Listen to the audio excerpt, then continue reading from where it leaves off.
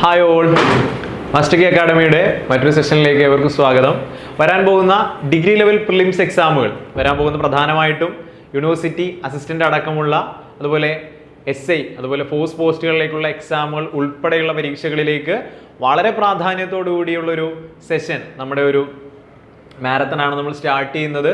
അപ്പോൾ പ്രധാനമായിട്ടും ഇന്ന് നമ്മൾ നോക്കുന്നത് കോൺസ്റ്റിറ്റ്യൂഷൻ്റെ ഭാഗത്ത് നിന്ന് ഡിഗ്രി ലെവൽ പരീക്ഷകളിൽ പ്രിലിംസ് എക്സാമുകളിൽ ഈ 2024 പ്രിലിംസ് എക്സാം ആയിട്ടുള്ള പഞ്ചായത്ത് സെക്രട്ടറി അതുപോലെ SI ട്രെയിനി അതുപോലെ SI എക്സാമുകൾക്ക് ചോദിച്ച ചോദ്യങ്ങളെ ആസ്പദമാക്കിക്കൊണ്ട് തന്നെ അതിൻ്റെ റിലേറ്റഡ് ഫാക്റ്റുകൾ ഏതാണ്ട് 3 ചോദ്യപേപ്പറുകളാണ് നമ്മൾ ഇതിൽ ഉൾപ്പെടുത്തുന്നത്.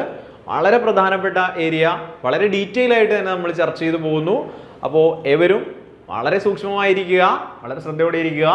അപ്പോൾ നമ്മൾ ചാപ്റ്ററിലേക്ക് പോവുകയാണ്. ഫുള്ളായിട്ട് കോൺസെൻട്രേറ്റ് ചെയ്യുക. ഉറപ്പായിട്ടും ഈ ഭാഗത്തു നിന്നുള്ള ചോദ്യങ്ങൾ നിങ്ങൾക്ക് വരാൻ പോകുന്ന എക്സാമുകളിൽ യൂസ്ഫുൾ ആവും. നമുക്ക് വീഡിയോയിലേക്ക് പോവാം, ശ്രദ്ധിക്കുക. ഒന്നാമത്തെ ക്വസ്റ്റ്യനിലേക്ക് വരുമ്പോൾ നമുക്ക് നോക്കാം. ഓക്കെ, ഭരണഘടന അസംബ്ലിയുമായി ബന്ധപ്പെട്ട് താഴെ പറയുന്ന പ്രസ്താവനകൾ പരിഗണിക്കുക. അപ്പം ആദ്യം തന്നെ മനസ്സിലാക്കുക, ഇന്ത്യയുടെ കോൺസ്റ്റിറ്റ്യൂഷൻ അല്ലെങ്കിൽ ഭരണഘടന എന്താണ്? അതിനെ നിർമ്മിച്ചത് അല്ലെങ്കിൽ അതിനെ രൂപപ്പെടുത്തിയത് ഒരു അസംബ്ലിയാണ് അല്ലെങ്കിൽ ഒരു സമിതിയാണല്ലേ. ഭരണഘടനാ നിർമ്മാണ സമിതി അല്ലെങ്കിൽ കോൺസ്റ്റിറ്റ്യൂവന്റ് അസംബ്ലിയാണ്. നിങ്ങൾക്ക് അറിയാവുന്ന കാര്യമാണ്. ശ്രദ്ധിക്ക്, സ്റ്റേറ്റ്മെന്റുകൾ ശ്രദ്ധിക്ക്. ഒരു ഭരണഘടനാ അസംബ്ലി എന്ന ആശയം ആദ്യമായി മുന്നോട്ട് വെച്ചത് ജവഹർലാൽ നെഹ്റു ആണ് എന്നൊരു സ്റ്റേറ്റ്മെന്റ് കണ്ടാൽ പ്രസ്താവന ശരിയോ തെറ്റോ? ഞങ്ങൾക്ക് അറിയാമടാ, തെറ്റായ പ്രസ്താവനയാണ്. അപ്പൊ ഒന്നാമത്തെ സ്റ്റേറ്റ്മെന്റ് കൃത്യമായിട്ട് ശരിയായിട്ട് പഠിക്കുക. കോൺസ്റ്റിറ്റ്യൂഷൻ അസംബ്ലി എന്ന ആശയം ആദ്യമായി മുന്നോട്ട് വെച്ച വ്യക്തി MN റോയി ആണ്. വ്യക്തമാണേ. അപ്പൊ ഒന്നാമത്തെ പ്രസ്താവന നമുക്ക് മനസ്സിലായി.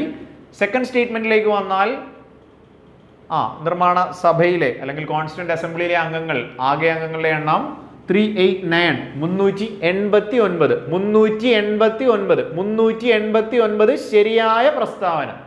നമുക്കറിയാം, വ്യക്തമാണ്, തെറ്റിക്കുകയും ചെയ്യല്. ഇനി മഹാത്മാഗാന്ധി കോൺസ്റ്റിറ്റ്യൂന്റ് അസംബ്ലിയിലെ അംഗമായിരുന്നു എന്ന് പറഞ്ഞാൽ ശരിയാണോ തെറ്റാണോ? മഹാത്മാഗാന്ധി കോൺസ്റ്റിറ്റ്യൂന്റ് അസംബ്ലിയിൽ അംഗമായിരുന്നില്ല, അറിയാം. അപ്പൊ ഈ സ്റ്റേറ്റ്മെന്റ് തെറ്റാണല്ലേ. പുതിയ ടെക്സ്റ്റ് ബുക്കിലെ SCERT പുതിയ ടെക്സ്റ്റ് ബുക്കിൽ ഒരു ചാപ്റ്റർ ഉണ്ട്, ഭരണഘടനയും വഴികാട്ടിയും എന്ന് പറയുന്ന ചാപ്റ്ററിൽ ഒന്നാമത്തെ പേജ് തന്നെ മഹാത്മാഗാന്ധിയുടെ പടമാണ്. അപ്പോൾ അതിലൊരു പ്രസ്താവനയുണ്ട്. ഇങ്ങനെയാണ് ആ പ്രസ്താവന. എന്താണ്? എല്ലാ വിധത്തിലുള്ള നിയന്ത്രണങ്ങളിൽ നിന്നും രക്ഷകർത്തൃത്വത്തിൽ നിന്നും ഇന്ത്യയെ മോചിപ്പിക്കുന്ന ഒരു ഭരണഘടനയ്ക്കായി ഞാൻ പരിശ്രമിക്കും. ഇത് പറഞ്ഞത് മഹാത്മാഗാന്ധിയാണ്, അദ്ദേഹത്തിൻ്റെ വാക്കുകളാണ്. പക്ഷെ അദ്ദേഹം കോൺസ്റ്റിറ്റ്യൂവന്റ് അസംബ്ലിയിൽ അംഗമായിരുന്നില്ല എന്നതും വളരെ ശ്രദ്ധിക്കേണ്ട ചോദ്യമായി വന്ന ഫാക്റ്റാണ്. അപ്പം 3 പ്രസ്താവനകൾ വായിച്ചപ്പോൾ നമുക്ക് മനസ്സിലായി, ഇതിൽ താഴെ പറയുന്ന പ്രസ്താവനകളിൽ ഏതാണ് ശരി എന്ന് ചോദിച്ചാൽ നമുക്ക് പറയാൻ കഴിയും 2 മാത്രമാണ് ശരി, 1, 3 എന്നിവ തെറ്റാണ്. അപ്പൊ നമുക്ക് ഡീറ്റെയിൽ ആയിട്ട് പഠിക്കാം. ശ്രദ്ധിച്ചോ, ഫുൾ ആയിട്ട് കോൺസെൻട്രേറ്റ് ചെയ്യും. ഇന്ത്യയുടെ കോൺസ്റ്റിറ്റ്യൂഷൻ നിർമ്മിച്ചത് കോൺസ്റ്റിറ്റ്യൂവന്റ് അസംബ്ലി ആണ്, അറിയാവുന്ന കാര്യം. ഇങ്ങനെ ആശയം ആദ്യമായി മുന്നോട്ട് വെച്ച വ്യക്തി MN റോയി 34 കാലഘട്ടത്തിലാണ്. അദ്ദേഹത്തിന്റെ പാട്രിയോട്ട് എന്ന പ്രസിദ്ധീകരണത്തിലൂടെയാണ്. ഇനി ഇന്ത്യക്ക് ഒരു കോൺസ്റ്റിറ്റ്യൂവന്റ് അസംബ്ലി അല്ലെങ്കിൽ നിർമ്മാണ സമിതി വേണമെന്ന ആവശ്യം ആദ്യമായി മുന്നോട്ട് വെച്ച രാഷ്ട്രീയ പാർട്ടിയെ ചോദിച്ചാൽ വ്യക്തി MN റോയി ആണെങ്കിൽ പൊളിറ്റിക്കൽ പാർട്ടി സ്വരാജ് പാർട്ടിയാണ്. ഏതാണ്? സ്വരാജ് പാർട്ടിയാണ്. അപ്പൊ മിക്കവാറും എക്സാമുകൾക്ക് സ്റ്റേറ്റ്മെന്റ് ആയിട്ട് തന്നെ ചോദിക്കാറുണ്ട്. സ്വരാജ് പാർട്ടിയുടെ സ്ഥാപകരായിട്ടുള്ള 2 വ്യക്തികൾ നിങ്ങൾക്ക് അറിയാവുന്ന ഫാക്റ്റ് ആണ്. ആരാണ്? മോത്തിലാൽ നെഹ്റു ഉണ്ട്, CR ദാസ് ഉണ്ട്. CR ദാസ്, മോത്തിലാൽ നെഹ്റു. അപ്പൊ വ്യക്തമായിട്ട് പഠിക്കണേ. പ്രസിഡന്റ് CR ദാസ്, സെക്രട്ടറി ആണ് ആര്? മോത്തിലാൽ നെഹ്റു എന്ന് ഓർത്ത് വെച്ചേക്കുക. ഇനി കോൺസ്റ്റിറ്റ്യൂവന്റ് അസംബ്ലി എന്ന ആശയം ആദ്യമായി മുന്നോട്ട് വെച്ച INC സമ്മേളനം അല്ലെങ്കിൽ ആദ്യമായി ചർച്ച ചെയ്ത INC സമ്മേളനം 35 ബോംബെ സമ്മേളനമാണ്. എന്താണ്? രാജേന്ദ്ര പ്രസാദ് നമ്മുടെ അധ്യക്ഷനായിട്ടുള്ള 35 Bombay session of INC constituent assembly എന്ന ആവശ്യം INC എന്ന് മുന്നോട്ട് വെക്കുന്നതെങ്കിൽ ഇത് കുറച്ചുകൂടി ഒഫീഷ്യലായിട്ട് ഔദ്യോഗികമായിട്ട് ചർച്ച ചെയ്യപ്പെടുന്നത് 37, 36, 37 ഫെയ്സ്പൂർ സമ്മേളനമാണ്. നെഹ്റു ആണ് അധ്യക്ഷൻ. അപ്പോൾ പ്രസ്താവന പഠിക്ക്, തെറ്റിക്കുകയെ ചെയ്യില്ല. എന്തൊക്കെ പറഞ്ഞടാ? കോൺസ്റ്റിറ്റ്യൂവന്റ് അസംബ്ലി ആശയം മുന്നോട്ട് വെച്ച വ്യക്തി MN റോയ്, രാഷ്ട്രീയ പാർട്ടി സ്വരാജ് പാർട്ടിയാണ്. ആദ്യമായിട്ട് INC സെഷൻ പറയുന്നത് ബോംബെ സമ്മേളനം 35 രാജേന്ദ്ര പ്രസാദാണ് അധ്യക്ഷൻ. പക്ഷെ ഒഫീഷ്യലി അല്ലെങ്കിൽ ഔദ്യോഗികമായിട്ട് 37 ഫെയ്സ്പൂർ സമ്മേളനം അധ്യക്ഷൻ നെഹ്റു ആണ് എന്ന് നമ്മൾ പഠിച്ചു. ആകെ കോൺസ്റ്റിറ്റ്യൂവന്റ് അസംബ്ലിയിലെ അംഗങ്ങൾ 389 പേരാണ്. ഇനി ശ്രദ്ധിക്കുക, ഫുള്ളായിട്ട് കോൺസെൻട്രേറ്റ് ചെയ്യ്, ഇങ്ങോട്ട് ശ്രദ്ധിക്കടാ, നോക്കിക്കേ. ക്യാബിനറ്റ് മിഷന്റെ നിർദ്ദേശപ്രകാരമാണ് കോൺസ്റ്റിറ്റ്യൂവന്റ് അസംബ്ലി രൂപീകൃതമായത്. നമുക്കറിയാമല്ലേ, ബ്രിട്ടീഷ് പാർലമെന്റിൽ നിന്ന് 3 ക്യാബിനറ്റ് റാങ്കിലുള്ള ആളുകൾ ഇന്ത്യയിലേക്ക് വരുന്നു. ക്യാബിനറ്റ് മിഷൻ എന്നായിരുന്നു അതിന്റെ പേര്. അതിലെ 3 അംഗങ്ങളെ നമുക്കറിയാം: Pethick Lawrence, Stafford Cripps, AV Alexander. Pethick Lawrence, Stafford Cripps, AV Alexander. ഇതിന്റെ അധ്യക്ഷനെ ചോദിച്ചാൽ പെറ്റ്വിക് ലോറൻസ് ആണ് എന്ന് നിങ്ങൾ ഓർത്തു വെക്കുക. കോൺസ്റ്റിറ്റ്യൂവന്റ് അസംബ്ലി ഇത് മുഖാന്തരം രൂപപ്പെടുന്നത് 46 ഡിസംബർ 6 അപ്പോൾ 1946 സ്വാതന്ത്ര്യത്തിന് 1 വർഷം മുമ്പ് 46 ഡിസംബർ 6 ആദ്യ സമ്മേളനം 3 ദിവസം കഴിഞ്ഞ് ഡിസംബർ 9. ബേസ് കാര്യമാണ്, തെറ്റിക്കുകയെ ചെയ്യരുത്. ടെക്സ്റ്റ് ബുക്കിൽ അടക്കം കിടക്കുന്ന ഏറ്റവും ഫസ്റ്റ് ഹാൻഡ് ഇൻഫോർമേഷൻ ആണ്, വളരെ പ്രധാനമാണ്. 46 ഡിസംബർ 6 കോൺസ്റ്റിറ്റ്യൂവന്റ് അസംബ്ലി രൂപീകരിക്കപ്പെട്ടു. ഡിസംബർ 9 ആദ്യ സമ്മേളനം. അപ്പൊ വേദി ചോദിച്ചിട്ടുണ്ട്, എവിടെയാ വെന്യൂ? എവിടെയാ? ന്യൂഡൽഹിയിലെ പാർലമെന്റ് ഹാളാണല്ലേ, പഴയ കോൺസ്റ്റിറ്റ്യൂഷൻ ഹാളാണല്ലേ, കോൺസ്റ്റിറ്റ്യൂഷൻ ഹാളാണ്. ഇപ്പോൾ അത് പഴയ പാർലമെന്റ് ആയിട്ട് അറിയപ്പെടുന്നു. ആദ്യമായി അഭിസംബോധനം ചെയ്ത വ്യക്തിയാണ് JB കൃപലാനി. JB കൃപലാനി ഓർത്തു വെച്ചേക്കുക. JB കൃപലാനി ഫസ്റ്റ് ആയിട്ട് എന്ത് ചെയ്യുന്നു? അഭിസംബോധനം ചെയ്യുന്നുണ്ട്. ഇനി വളരെ ബേസ് കാര്യമാണെങ്കിലും പ്രധാനമാണ്, 389. പക്ഷേ ഫസ്റ്റ് മീറ്റിംഗിൽ പങ്കെടുത്തത് ഡിസംബർ 9 ഫസ്റ്റ് മീറ്റിംഗിൽ 207 പേരെ പങ്കെടുത്തുള്ളൂ. 207 പേരെ പങ്കെടുത്തുള്ളൂ. മുസ്ലിം ലീഗ് ഈ സമ്മേളനം ബഹിഷ്കരിച്ചു. അപ്പൊ കാരണം മനസ്സിലായോ? ഈ ആളിന്റെ എണ്ണം കുറയാൻ കാരണം മനസ്സിലായോ? First meeting of constituent assembly Muslim League ബഹിഷ്കരിച്ചു എന്ന് ഓർത്ത് വെക്കുക. ഇനി ഫസ്റ്റ് സമ്മേളനത്തിൽ താൽക്കാലിക അധ്യക്ഷൻ, സ്ഥിരം ചോദ്യം, എപ്പോഴും ചോദിക്കുന്ന ചോദ്യം, എല്ലാവർക്കും കിട്ടുന്ന ഒരു മാർക്ക് കളയുകയെ ചെയ്യരുത്. താൽക്കാലിക അധ്യക്ഷനെ ചോദിച്ചാൽ സച്ചിദാനന്ദ സിൻഹ, പ്രായത്തിൽ മൂത്ത ആളായതുകൊണ്ട് ആദ്യ സമയത്ത് മുതിർന്ന അംഗത്തെ എന്താക്കുന്നു? താൽക്കാലിക അധ്യക്ഷനാക്കുന്നു. സച്ചിദാനന്ദ സിൻഹയാണ്. ഓക്കെ, ഇനി നിങ്ങൾക്ക് അറിയാവുന്ന കാര്യമാണ്, സ്ഥിരം അധ്യക്ഷൻ അല്ലെങ്കിൽ കോൺസ്റ്റിറ്റ്യൂവന്റ് അസംബ്ലിയുടെ അധ്യക്ഷൻ എന്ന് മാത്രം ചോദിച്ചാൽ ഡോക്ടർ രാജേന്ദ്ര പ്രസാദ് ആണ്. ഇനി അവിഭക്ത ഇന്ത്യക്ക് വേണ്ടിയാണ് കോൺസ്റ്റിറ്റ്യൂവന്റ് അസംബ്ലി വന്നത് എന്ന് പറഞ്ഞാൽ പ്രസ്താവന ശരിയാണോ തെറ്റാണോ? അതിവിടെ കണ്ടു, ശരിയാണെന്ന് മനസ്സിലായി. എന്താടാ അവിഭക്ത ഇന്ത്യ? അവിഭക്ത ഇന്ത്യ എന്ന് പറഞ്ഞാൽ എന്താണ്? അൺഡിവൈഡഡ് ഇന്ത്യ എന്നാണ് ഉദ്ദേശിക്കുന്നത്. മനസ്സിലോർക്കുക, ഇന്ത്യ ഇന്ന് കാണുന്ന ഇന്ത്യ ആകുന്നതിന് മുമ്പ് പാകിസ്ഥാനൊക്കെ ഉൾപ്പെടുന്ന ആ പഴയ ഇന്ത്യക്ക് വേണ്ടിയാണ് എന്ത് ചെയ്തത്? കോൺസ്റ്റിറ്റ്യൂവന്റ് അസംബ്ലി എന്ന ഐഡിയ വരുന്നത് എന്ന് പറഞ്ഞാൽ പ്രസ്താവന ശരിയാണ് എന്ന് മനസ്സിലാക്കുക. മുന്നോട്ട് വരുമ്പോ കോൺസ്റ്റിറ്റ്യൂവന്റ് അസംബ്ലിക്ക് ഒരു മുദ്ര ഉണ്ടായിരുന്നു. അതായത് പഴയ മാപ്പ് ഉണ്ട് ഇന്ത്യയുടെ, പാകിസ്ഥാനൊക്കെ ഉൾപ്പെടുന്ന മാപ്പിൽ ഒരു ആനയുടെ മുഖം അടങ്ങുന്നതായിരുന്നു കോൺസ്റ്റിറ്റ്യൂവന്റ് അസംബ്ലിയുടെ മുദ്ര. ഇനി 389 296 ബ്രിട്ടീഷ് ഇന്ത്യൻ പ്രവിശ്യയിൽ നിന്നും 93 പേർ നാട്ടുരാജ്യങ്ങളിൽ നിന്നുമായിരുന്നു. വളരെ ഇമ്പോർട്ടൻ്റ് ആണ്. ഡിഗ്രി ലെവലിന് കുറച്ചുകൂടി ഡീറ്റെയിൽ ആയിട്ട് ചോദിക്കുമ്പോൾ ഇത് അറിഞ്ഞു വെക്കണം. 389 പേര് ടോട്ടൽ. അതിൽ 296 പേരും എവിടെ നിന്ന്? 296 പേരും ബ്രിട്ടീഷ് പ്രവിശ്യ, 93 പേര് എന്താണ്? പ്രിൻസ്ലി സ്റ്റേറ്റ് അല്ലെങ്കിൽ നാട്ടുരാജ്യങ്ങളാണെന്ന് ഓർക്കുക. ഇനി സ്റ്റേറ്റ്മെന്റ് ആയിട്ട് വന്ന കാര്യമാണ്, തെറ്റിക്കുകയെ ചെയ്യരുത്. 296 ബ്രിട്ടീഷ് പ്രവിശ്യകളിൽ തിരഞ്ഞെടുപ്പിലൂടെയാണ് എന്ത് ചെയ്തത്? കോൺസ്റ്റിറ്റ്യൂവന്റ് അസംബ്ലിയിലേക്ക് ആളുകളെ വിട്ടത് എങ്കിൽ നോക്കിക്കേ, നാട്ടുരാജ്യങ്ങളിൽ നോമിനേഷൻ എന്ന് ഓർക്കുക. നാട്ടുരാജ്യങ്ങളിൽ നോമിനേഷൻ അല്ലെങ്കിൽ കൂടിയാലോചിച്ച് നാമനിർദ്ദേശത്തിലൂടെയാണെന്നാണ് പറയുന്നത്. ഇത് എപ്പോഴും പ്രസ്താവനയായിട്ട് വരും. 389 ടോട്ടൽ, 296 ബ്രിട്ടീഷ് പ്രവിശ്യ, അവിടുന്ന് തിരഞ്ഞെടുപ്പ് നടന്നു. 93 നാട്ടുരാജ്യം നോമിനേഷൻ ആണെന്ന് പഠിക്കുക, തെറ്റിക്കരുത്. ഉറപ്പ് സ്റ്റേറ്റ്മെന്റ് ആണിത്. ഓക്കെ, മുന്നോട്ട് വരുമ്പോഴേ നമുക്ക് നോക്കാം എന്താ പറയുന്നത്. ഓരോ പ്രവിശ്യയിലും സീറ്റുകൾ ജനസംഖ്യാനുപാതികമായി മുസ്ലിം, സിഖ്, മറ്റു പൊതുവിഭാഗം എന്നിങ്ങനെ വീതിച്ചു നൽകി. എക്സാമിന് ചോദിക്കുന്ന സ്റ്റേറ്റ്മെന്റ് ഇങ്ങനെ ആയിരിക്കും.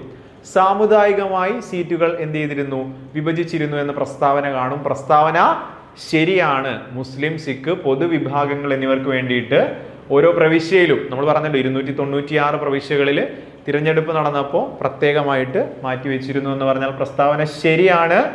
ഇനി കോൺസ്റ്റിറ്റ്യൂന്റ് അസംബ്ലിയിലെ ടോട്ടൽ വനിതകളുടെ എണ്ണം ചോദിച്ചാൽ 17 പേരായിരുന്നു. ഓക്കെ, 2 പേര് അതിൽ നിന്ന് സ്വാതന്ത്ര്യാനന്തരം പോകുന്നുണ്ട്.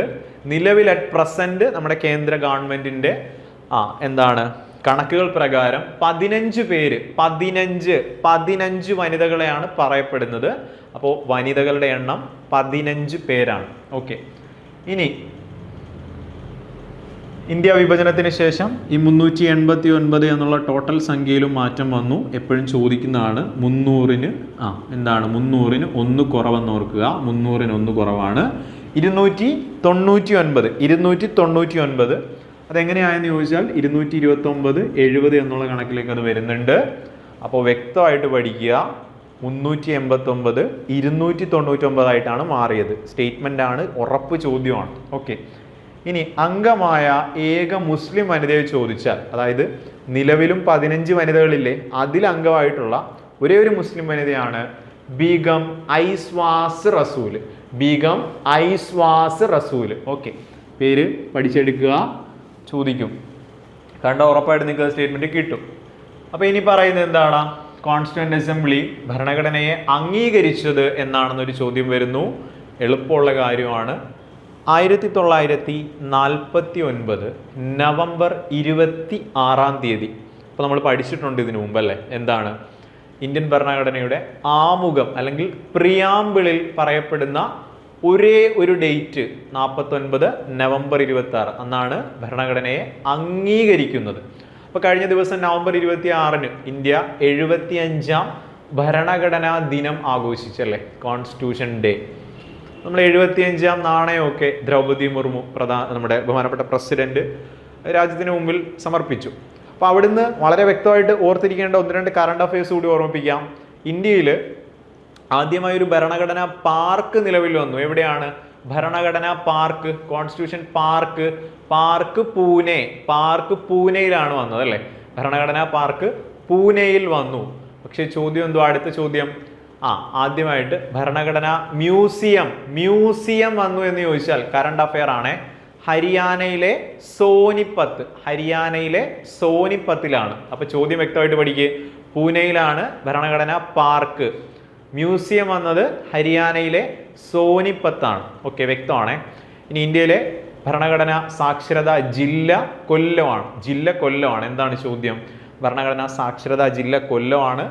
ഇനി സമ്പൂർണ്ണ ഭരണഘടനാ സാക്ഷരതാ പഞ്ചായത്ത് കുളത്തൂപ്പുഴയാണ്. ഇതൊക്കെ പ്രീവിയസ് ആണ്, നിങ്ങൾക്ക് അറിയാവുന്നതുമാണ്, ഓർമ്മിപ്പിച്ചെന്ന് മാത്രം.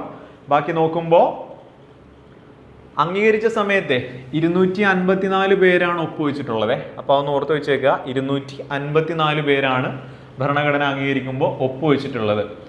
ഇനി 1950 ജനുവരി 24-ലാണ് ഇവർ ഒപ്പുവെച്ചതെന്ന് ഓർക്കുക. അംഗീകരിച്ചത് 49-ലാണ്. ഒപ്പുവെക്കുന്നത് റിപ്പബ്ലിക് ആവുന്നതിന് 2 ദിവസം മുമ്പാണ്. 254 പേരാണ്. ഓക്കെ, റിപ്പബ്ലിക് ആയത് നമുക്കറിയാം 50 ജാനുവരി 26, അല്ലെങ്കിൽ നിലവിൽ വന്നത് 50 ജാനുവരി 26 എന്ന് ഓർക്കുക. ഇനി റിപ്പബ്ലിക് ദിന ആഘോഷവേദി പ്രധാനമായിട്ടും ന്യൂഡൽഹിയിലെ പഴയ രാജ്പത്ത് എന്നറിയപ്പെട്ടു. ഇപ്പൊ അറിയപ്പെടുന്ന പേര് കർത്തവ്യപത്ത്. രാജ്പത്ത് ഇപ്പൊ അറിയപ്പെടുന്ന പേര് കർത്തവ്യപത്ത് എന്നാണ്. നിങ്ങൾക്ക് അറിയാം റിപ്പബ്ലിക് ദിനത്തിന് നേതൃത്വം കൊടുക്കുന്നത് ആരാണ്? പ്രസിഡന്റ് ആണല്ലേ, പ്രസിഡന്റ് ആണ്. ഓക്കെ, ഇനി കഴിഞ്ഞ ഒരു ഡിഗ്രി ലെവൽ എക്സാമിന് ചോദിച്ച ചോദ്യമാണ്. ഇന്ത്യയുടെ ആദ്യ റിപ്പബ്ലിക് ദിനം, അതായത് പ്രഥമ റിപ്പബ്ലിക് ദിന ആഘോഷത്തിൽ മുഖ്യ അതിഥിയായ വ്യക്തിയെ 2024-ൽ ചോദിച്ച ചോദ്യമാണ്. എന്താണ് ഉത്തരം? ഇന്തോനേഷ്യയുടെ അഹമ്മദ് സുക്കാർണോ എന്ന വ്യക്തി, അദ്ദേഹമാണ് ഫസ്റ്റ് റിപ്പബ്ലിക് ദിനത്തിൽ പങ്കെടുത്തത്. ഓക്കെ, വ്യക്തമാണേ. അപ്പം ഇനി ശ്രദ്ധിക്കുക, രണ്ടാമത്തെ ചോദ്യത്തിലേക്ക് വരുവാണ്. രണ്ടാമത്തെ ചോദ്യം ഡീറ്റെയിൽ ആയിട്ട് പഠിക്കാം. ആർട്ടിക്കിൾ 26 നിങ്ങൾക്ക് അറിയാം. ആർട്ടിക്കിൾ 26 എന്ന് പറയുമ്പോൾ തന്നെ മൗലിക അവകാശത്തിനുള്ളിൽ വരുന്ന ഒരു ആർട്ടിക്കിൾ ആണല്ലേ. നമുക്കറിയാം 12 മുതൽ 35 വരെ ഭാഗം 3 മൗലിക അവകാശം. അപ്പം നമുക്ക് നോക്കാം. 26 മതപരമായ കാര്യങ്ങൾ കൈകാര്യം ചെയ്യാനുള്ള സ്വാതന്ത്ര്യം നൽകുന്നു. ഓക്കെ, 26 മതപരമായ കാര്യങ്ങൾ നമുക്ക് കൈകാര്യം ചെയ്യാനുള്ള അവകാശം നൽകുന്നു. താഴെ പറയുന്നവയിൽ ഏതിനൊക്കെ വിധേയമായിട്ടായിരിക്കണം ആ അവകാശത്തെ നമ്മൾ വിനിയോഗിക്കേണ്ടത് അല്ലെങ്കിൽ ഉപയോഗിക്കേണ്ടതെന്ന് ചോദിച്ചാൽ പൊതുക്രമം, ആരോഗ്യം, ധാർമ്മികത.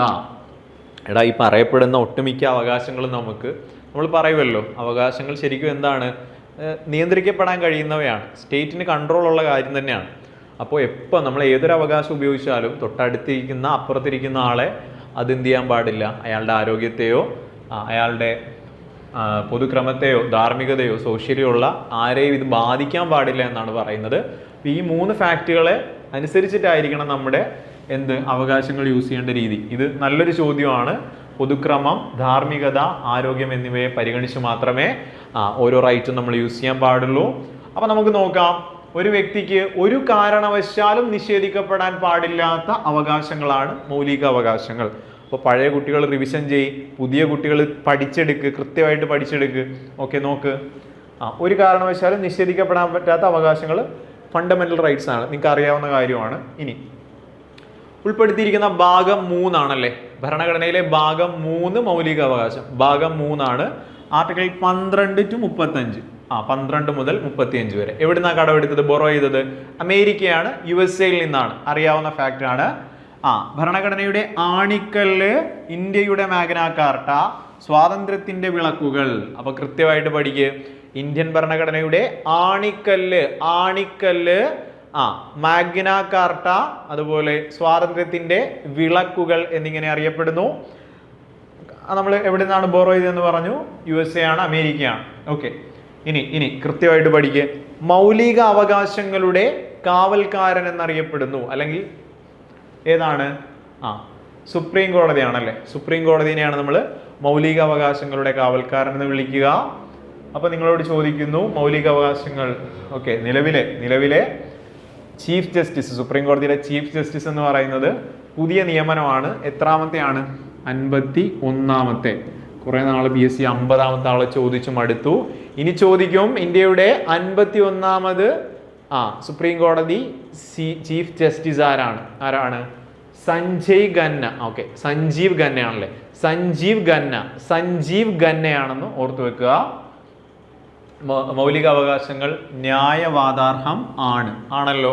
അതായത് നമുക്ക് നിയമം വഴി നേടിയെടുക്കാൻ കഴിയും, കോടതി പോയി വാങ്ങിച്ചെടുക്കാൻ കഴിയുന്നതിനെയാണ് ന്യായവാദാർഹമാണ്.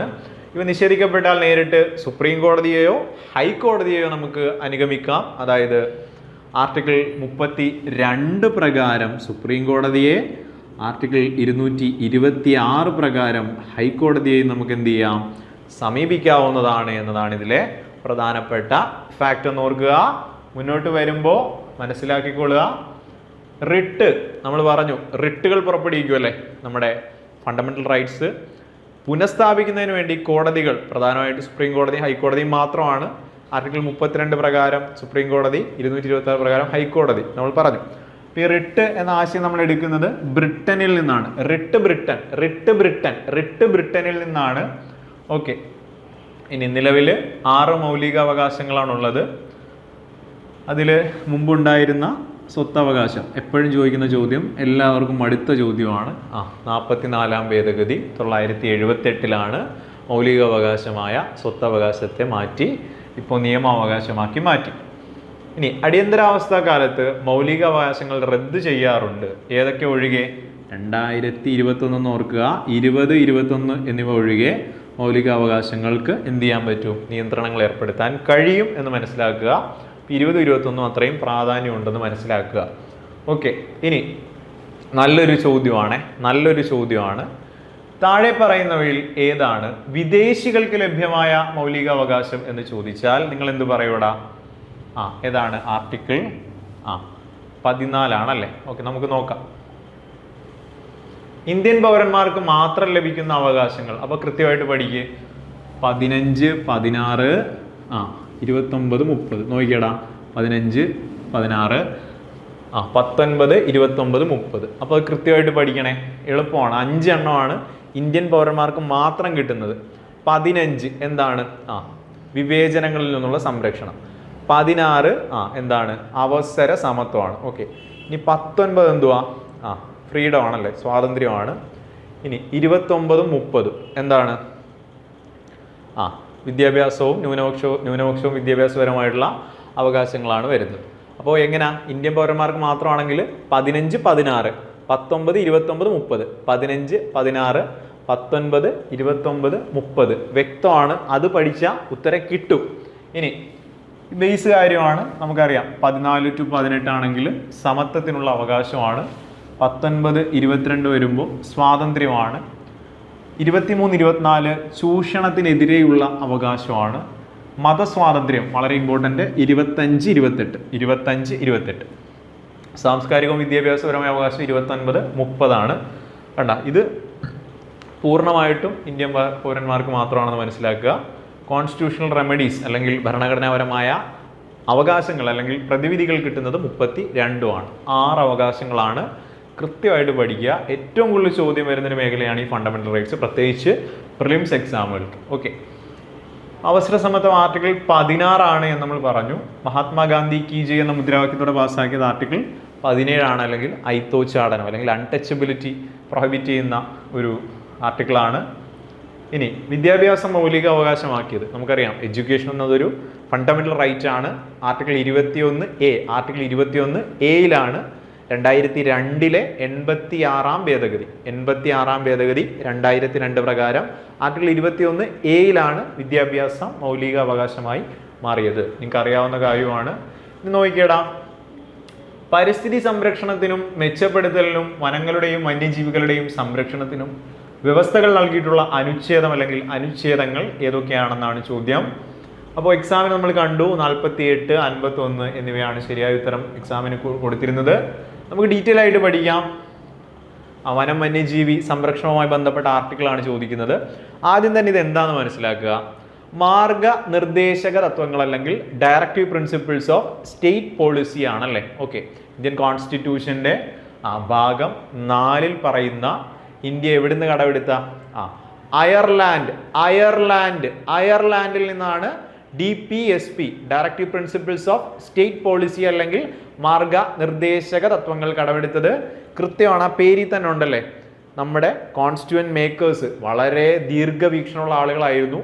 അവർ ഭാവിയിൽ നമ്മൾ എന്തൊക്കെ ചെയ്യണം, ഇന്ന കാര്യങ്ങൾ കൂടി നിങ്ങൾ ചെയ്താൽ, ഇന്ന നിർദ്ദേശങ്ങൾ വെക്കുകയാണ്, നിങ്ങൾ ചെയ്താൽ ആ സമയത്തെ ഒരു അന്തരീക്ഷം അനുസരിച്ച് ചെയ്താൽ കുറെ കൂടി നമ്മുടെ രാജ്യം വെൽഫെയർ സ്റ്റേറ്റായി മാറും, ആളുകൾക്ക് കൂടുതൽ ക്ഷേമം ഉണ്ടാവുമെന്ന് അവർ കരുതി അങ്ങനെ ഉൾപ്പെടുത്തിയ കുറച്ച് വ്യവസ്ഥകളെയാണ് നമ്മൾ DPSP എന്ന് പറയുന്നത്. അയർലാൻഡാണ് നമ്മൾ കടമെടുത്തത്. പക്ഷെ ലോകത്ത് ആദ്യമായിട്ട് കൊണ്ടുവരുന്നത് സ്പെയിൻ എന്ന് പറയുന്ന രാജ്യമാണേ. അപ്പോൾ തെറ്റിപ്പോരുത്. അപ്പോൾ ആദ്യമായിട്ട് കൊണ്ടുവരുമ്പോൾ കുറേ അധികം വേദനകൾ അനുഭവിക്കണമെന്ന് ഓർക്കുക. അപ്പോൾ വേദന പെയിനാണ്. അപ്പോൾ ലോകത്ത് ആദ്യമായിട്ട് DPSP കൊണ്ടുവരുന്നത് സ്പെയിനാണ്. ഇന്ത്യ അഡോപ്റ്റ് ചെയ്തത്, ബൊറോ ചെയ്തത് അയർലാൻഡിൽ നിന്നാണെന്നും ഓർത്ത് വെച്ചേക്കുക. ഭാഗം 4 ആർട്ടിക്കിൾ 36 മുതൽ 51 വരെ 36, 51 ഇനി നല്ലൊരു ചോദ്യമാണ്. ഈ DPSP കോൺസ്റ്റിറ്റ്യൂഷനിൽ ഉൾപ്പെടുത്തണമെന്ന് ശുപാർശ ചെയ്ത കമ്മിറ്റിയാണ് തേജ് ബഹദൂർ സപ്രൂ കമ്മിറ്റി. അപ്പോൾ നമ്മൾ സപ്പോർട്ട് ചെയ്യാൻ വേണ്ടിയൊക്കെയല്ലേ ആൾക്കാർ നമുക്ക് എന്തെങ്കിലും നിർദ്ദേശങ്ങളൊക്കെ തരുമ്പോൾ നമുക്കൊരു സപ്പോർട്ട് അല്ലേ. അപ്പം മാർഗനിർദ്ദേശം സപ്പോർട്ടാണ് നമുക്ക്. സപ്രൂ കമ്മിറ്റിയെ ഓർത്ത് വെക്കുക. ഭരണനിർവഹണത്തിലും നിയമനിർമ്മാണത്തിലും ഭരണകൂടം പാലിക്കേണ്ട നിർദ്ദേശങ്ങൾ സംബന്ധിച്ചാണ് ഇതിൽ പ്രതിപാദിക്കുന്നത്. സിമ്പിൾ കാര്യമാണ്. മുന്നോട്ട് പോകാം. നോക്കിക്കേ. DPSP എന്തല്ല? ന്യായവാദാർഹം അല്ല, ജസ്റ്റീഷ്യബിൾ അല്ല, നേടിയെടുക്കാൻ കഴിയില്ല.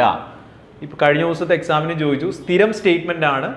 മൗലിക അവകാശമാണെങ്കിൽ നേടിയെടുക്കാം, ന്യായവാദാർഹമാണ്, ജസ്റ്റീഷ്യബിൾ ആണ്. എന്ത് ജസ്റ്റീഷ്യബിൾ അല്ല? DPSP മാർഗനിർദ്ദേശക തത്വങ്ങൾ ന്യായവാദാർഹം അല്ല. ബേസ് കാര്യമാണ്, തെറ്റിക്കുകയോ ചെയ്യരുത്. ഓക്കെ. കോടതിയിൽ പോയി നേടിയെടുക്കാൻ കഴിയില്ല. ഗാന്ധിജിയുടെ ക്ഷേമരാഷ്ട്ര സങ്കല്പങ്ങൾ ഉൾപ്പെടുത്തിയിരിക്കുന്ന ഭരണഘടനയുടെ ഭാഗം ചോദിച്ചാൽ അത് മാർഗനിർദ്ദേശക തത്വങ്ങളാണ്. ഗാന്ധിയൻ ഐഡിയോളജീസ് ഒക്കെ അതിൻ്റെ അകത്ത് വരുന്നുണ്ട്. നമ്മൾ മൂന്നായിട്ട് തിരിക്കാറുണ്ട്. കോൺസ്റ്റിറ്റ്യൂഷനിൽ ഇങ്ങനെ ഒരു വേർതിരിവില്ല. നമ്മൾ പഠിക്കുന്നതിനുള്ള എളുപ്പത്തിന് വേണ്ടി നമ്മളിങ്ങനെ തിരിച്ചു പറയാറുണ്ട്. ഗാന്ധിയൻ ആശയങ്ങളുണ്ട്, സോഷ്യലിസ്റ്റ് ആശയങ്ങളുണ്ട്, ലിബറൽ ആശയങ്ങളുണ്ട്. ഓക്കെ, ഗാന്ധിയൻ ആശയങ്ങൾ എന്നുള്ള ഇതിന് കുറച്ചുകൂടി സ്ട്രെസ് ചെയ്ത് പഠിക്കുക, ചോദിക്കാറുണ്ട്. രാജ്യത്തിന്റെ ഭരണത്തിന്റെ അടിസ്ഥാനം ഇന്ത്യൻ ഭരണഘടനയുടെ ഓപ്പറേറ്റീവ് വിഭാഗം എന്നറിയപ്പെടുന്നു. ഓക്കെ, അപ്പൊ നോക്കിക്കേ, DPSP അറിയപ്പെടുന്ന രണ്ട് സവിശേഷതകളാണ്. രാജ്യത്തിന്റെ ഭരണത്തിന്റെ അടിസ്ഥാനം, നമ്മുടെ അഡ്മിനിസ്ട്രേഷന്റെ ബേസ് DPSPയിലാണെന്ന് പറയപ്പെടുന്നു. നല്ല പോയിന്റ് ആണ്. ഇനി ഇന്ത്യൻ എന്താണ് ഓപ്പറേറ്റീവ് വിഭാഗം, ഓപ്പറേറ്റീവ് വിഭാഗം എന്നറിയപ്പെടുന്നതും DPSP ആണ്. അപ്പൊ നല്ല പോയിന്റുകളാണ്. ഇനി 35 ഗവൺമെന്റ് ഓഫ് ഇന്ത്യ ആക്ട് ഉണ്ടല്ലോ, പുതിയ ടെക്സ്റ്റ് ബുക്കിൽ കിടക്കുന്ന പോയിന്റ് ആണ്. ഒന്ന് മനസ്സിൽ ആലോചിച്ച് നോക്കിയടാ. ഇന്ത്യക്ക് സ്വാതന്ത്ര്യം കിട്ടിയത് എപ്പോഴാണ്? 1947 പക്ഷെ ഇന്ത്യ റിപ്പബ്ലിക് ആയത് എപ്പോഴാണ്? 50 അപ്പോൾ ഒരു പീരീഡ് ഗ്യാപ്പ് വ്യത്യാസം നോക്കിയേ. 47 മുതൽ 50 വരെയുള്ള കാലഘട്ടത്തിൽ ഇന്ത്യയിൽ കാര്യങ്ങൾ നടന്നത് ഏത് നിയമത്തെ ബേസ് ചെയ്തിട്ടായിരിക്കും? അപ്പോൾ പുതിയ ടെക്സ്റ്റ് ബുക്കിൽ കിടക്കുന്ന കാര്യമാണ്. എത്രയാ? അപ്പോൾ 35 ഗവൺമെന്റ് ഓഫ് ഇന്ത്യ ആക്ട്, അല്ലെങ്കിൽ എന്താ അതിനെ പറയുന്നത്? Blueprint of Indian constitution എന്നാണല്ലേ. എന്താണ്? മുൻഗാമി എന്നൊക്കെ അറിയപ്പെടുന്നത്. അപ്പോൾ അതിനെപ്പറ്റി ഡീറ്റെയിൽ ആയിട്ട് പുതിയ ടെക്സ്റ്റ് ബുക്കിൽ കിടപ്പുണ്ട്, വായിച്ചു നോക്കുക. അപ്പോൾ അതിൻ്റെ അകത്തൊരു ഭാഗമായിട്ട് ഇതിന് സാമ്യമുണ്ട്. ഇൻസ്ട്രുമെന്റ്സ് ഓഫ് ഇൻസ്ട്രക്ഷൻ എന്നാണ് പറയുക. ഇൻസ്ട്രുമെന്റ്സ് ഓഫ് ഇൻസ്ട്രക്ഷനുമായിട്ട് അതിന് നല്ല സാമ്യമുണ്ടെന്ന് പറയപ്പെടുന്നു. അത് പറഞ്ഞത് ആരാണ്? നമ്മുടെ ശില്പിയായിട്ടുള്ള മഹാത്മാ ഡോക്ടർ BR അംബേദ്കർ ആണെന്ന് കൂടി ഓർത്തു വെക്കുക. അപ്പോൾ നമ്മൾ ഇങ്ങോട്ടേക്ക് വരുമ്പോൾ ചോദ്യം എന്തായിരുന്നു? ആർട്ടിക്കിളുമായി ബന്ധപ്പെട്ടാണ്. അപ്പോൾ ചോദ്യത്തിലേക്ക് വന്നാൽ 39A പ്രധാനപ്പെട്ട ആർട്ടിക്കിളാണ് നമ്മൾ പറഞ്ഞു പോകുന്നത്. 36 മുതൽ 51 വരെയാണ്. അതിൽ 39A വരുമ്പോൾ തുല്യനീതിയും പാവപ്പെട്ടവർക്ക് സൗജന്യ നിയമസഹായവും എന്നൊരു പോയിന്റാണ്. അപ്പോൾ 39A ഓർക്കുക, അഡ്വക്കേറ്റ് എന്നുമല്ല ഓർക്കുക. സൗജന്യ നിയമസഹായം. അപ്പോൾ ഈ കഴിഞ്ഞ LDക്ക് ഒരു ചോദ്യം ഉണ്ടായിരുന്നു. സൗജന്യ നിയമസഹായത്തിന് അർഹരായിട്ടുള്ള ആളുകൾ ആരൊക്കെയാണ്? അപ്പോൾ ഓപ്ഷൻ ഇങ്ങനെയായിരുന്നു: സ്ത്രീകൾ, കുട്ടികൾ, വയോജനങ്ങൾ, ഭിന്നശേഷിക്കാർ, ട്രാൻസ്ജെൻഡേഴ്സ്, അങ്ങനെ. അപ്പം ചൂടെ പറയുന്ന എല്ലാവരും എന്നായിരുന്നു അന്ന് PSCയുടെ ആൻസർ കീ. അപ്പോൾ അതുകൂടി ഓർത്ത് വെച്ചേക്കുക. 39A ആണ് സൗജന്യ നിയമ സഹായം. അപ്പോൾ നോക്കിയടാ, ആ ചോദ്യം ഞാൻ ഡീറ്റെയിൽ ഇവിടെ കൊടുത്തിട്ടുണ്ട്. അപ്പോൾ സൗജന്യ നിയമസഹായം അല്ലെങ്കിൽ ആർട്ടിക്കിൾ 39A ബന്ധപ്പെട്ട് പറയുന്നത് എന്താണ് ലഭിക്കുന്നത്? സ്ത്രീകൾ, കുട്ടികളുണ്ട്, SC ST വിഭാഗത്തിലെ അംഗങ്ങൾ. അപ്പൊ സ്ത്രീകൾ, കുട്ടികൾ, SC ST വിഭാഗത്തിലെ അംഗങ്ങൾ, വ്യവസായ തൊഴിലാളികൾ ഉണ്ട്, ദുരന്തത്തിന്റെ ഇരകൾ. അപ്പൊ നോട്ട് ചെയ്യുക, ദുരന്തത്തിന്റെ ഇരകൾ, വികലാംഗർ, കസ്റ്റഡിയിലുള്ള വ്യക്തി. ബാക്കിയെല്ലാം കിട്ടും, തെറ്റിപ്പോയേ ചെയ്യില്ല, വ്യക്തമായിട്ട് പഠിക്കുക. കസ്റ്റഡിയിലുള്ള വ്യക്തിക്ക് കിട്ടും, ദുരന്തത്തിന്റെ ഇരകൾക്ക് കിട്ടും, വികലാംഗർക്ക് കിട്ടും, സ്ത്രീകൾക്ക് കിട്ടും, കുട്ടികൾക്ക് കിട്ടും, SC STക്കാർക്ക് കിട്ടും. ഓക്കെ, മനുഷ്യക്കടത്തിന്റെ ഇരകളായിട്ടുള്ള ആളുകൾ, മനുഷ്യക്കടത്തിന്റെ ഇരകളായിട്ടുള്ള ആളുകൾക്ക് കിട്ടുന്നു. യാചകർ, 1 ലക്ഷത്തിൽ താഴെ വാർഷിക വരുമാനമുള്ള വ്യക്തി. അപ്പൊ നല്ല പോയിന്റ് ആണ്. യാചകർക്ക് കിട്ടുമെന്ന് പറഞ്ഞു. മനുഷ്യക്കടത്തിന്റെ ഇരകളായിട്ടുള്ള ആളുകൾക്ക് കിട്ടും. 1 ലക്ഷത്തിൽ താഴെ വരുമാനമുള്ള വ്യക്തികൾക്കും എന്ത് കിട്ടും? സൗജന്യ നിയമസഹായം. 39A ആണ് ഉത്തരം. എടാ വ്യക്തമായിട്ട് പഠിക്കണേ, കൃത്യമായിട്ട് പഠിച്ചോണം, ചോദ്യം ഉറപ്പാണ്. ഓക്കെ, ആർട്ടിക്കിൾ 40 വളരെ ഇമ്പോർട്ടന്റ്. ഗാന്ധിയൻ പ്രിൻസിപ്പിളിന് എക്സാമ്പിൾ പറയാം. പഞ്ചായത്തുകളുടെ വിശദീകരണമാണ് അതിൽ വരുന്നത്. ആർട്ടിക്കിൾ 40 പഞ്ചായത്തുകളുമായി ബന്ധപ്പെട്ട മാർഗനിർദ്ദേശക തത്വങ്ങളിലെ വകുപ്പ്. ആർട്ടിക്കിൾ 40 ഗാന്ധിയൻ ആശയമാണോ? ആണ്, വ്യക്തമാണ്. ഇനി നിലവിൽ ഏറ്റവും കത്തി നിൽക്കുന്ന സബ്ജക്ട് ആർട്ടിക്കിൾ 44. 4 അതിൽ തന്നെ ഒരു ഏകീകരണം ഉണ്ട്. ഏകീകൃത സിവിൽ കോഡ് അല്ലെങ്കിൽ യൂണിഫോം സിവിൽ കോഡ് 44 പറയുന്നത്. ഓക്കെ, അപ്പൊ നമുക്ക് അറിയാവുന്ന ഫാക്റ്റ് ആണ്. ആദ്യം മുതലേ നിലനിൽക്കുന്ന സ്റ്റേറ്റ് ഗോവയാണ് സിവിൽ കോഡ്. പക്ഷേ റീസെന്റ് ഉള്ള കറണ്ട് അഫെയർ ചോദ്യം ചോദിച്ചാൽ യൂണിഫോം സിവിൽ കോഡ് നിയമം പാസാക്കിയ ഇന്ത്യയിലെ ആദ്യ സ്റ്റേറ്റ് ഉത്തരാഖണ്ഡാണ് അതിന്റെ ഉത്തരം എന്ന് ഓർക്കുക. ഓക്കെ, ഇനി ആർട്ടിക്കിൾ 45 വ്യക്തമായിട്ട് പഠിക്കുക. നോക്കിയടാ, 4, 5 ആണ് 45. 4, 5 കഴിഞ്ഞാൽ പിന്നെ എന്തുവാ? 6 ആണല്ലേ. അപ്പൊ എങ്ങനെ പഠിക്കുക? 6 വയസ്സിൽ താഴെയുള്ള കുട്ടികളുടെ വിദ്യാഭ്യാസം. അപ്പൊ നോക്കിക്കേ, DPSP അല്ലെങ്കിൽ മാർഗനിർദ്ദേശക തത്വങ്ങളിൽ ആർട്ടിക്കിൾ 45 4, 5, 6. അപ്പൊ 45 എന്ത് പറയുന്നു? 6 വയസ്സിൽ താഴെയുള്ള കുട്ടികളുടെ വിദ്യാഭ്യാസം. ഈ 46 വിദ്യാഭ്യാസമാണ്. പക്ഷെ ആരുടെ വിദ്യാഭ്യാസം? SC ST അപ്പോൾ 46 SC ST വിദ്യാഭ്യാസവും സംരക്ഷണവുമാണ് വരുന്നത്. ഇനി വളരെ ഇമ്പോർട്ടൻ്റ് ആയിട്ടുള്ള രണ്ടെണ്ണം കൂടി പറഞ്ഞു നിർത്താം. 47 എന്ന് പറയുമ്പോൾ നമ്മൾ പൊതുവെ പഠിക്കാൻ എളുപ്പത്തിനും എക്സാം പോയിന്റ് ഓഫ് വ്യൂവിലും പറയാറുള്ളത് മദ്യനിരോധനം എന്നൊരു ഫാക്റ്റ് ആണ്. പക്ഷെ കൃത്യമായി അതിൽ പറയുന്നത് ആരോഗ്യ പുരോഗതി, ജീവിത നിലവാരം അറിയാമല്ലോ, അതായത് ഹെൽത്ത് വളരെ ഇമ്പോർട്ടൻ്റ് ആണ്. അതിലൂടെ നമ്മുടെ ലൈഫ് ക്വാളിറ്റി വർദ്ധിപ്പിക്കുക. അപ്പോൾ അതിന് നമ്മൾ മദ്യനിരോധനം എന്നാണ് നമ്മൾ പൊതുവെ പറയാറ്. 47 ആണ്. ആദ്യം മുതലേ മദ്യനിരോധനം നിലവിലുള്ള സംസ്ഥാനം ഗുജറാത്ത് ആണ്. ഗാന്ധിജിയുടെ സ്വന്തം സ്റ്റേറ്റ് ആയിട്ടുള്ള ഗുജറാത്ത് തന്നെയാണ്. ഓക്കെ, ഇനി 48 വന്നാൽ നമുക്ക് അറിയാം എന്താണ്, ഗോവധമാണ്. ഗോവധ നിരോധനമാണ് 48 വരുന്നത്. ഗോവധ നിരോധനമാണ്. ഇനി നമ്മളിപ്പോൾ പറഞ്ഞു വന്നത് 48A ആണല്ലേ. 48A ബന്ധപ്പെട്ട ഫാക്റ്റ് ആണ് വനം, വന്യമൃഗ സംരക്ഷണം, പരിസ്ഥിതി സംരക്ഷണം. 48 പറഞ്ഞു.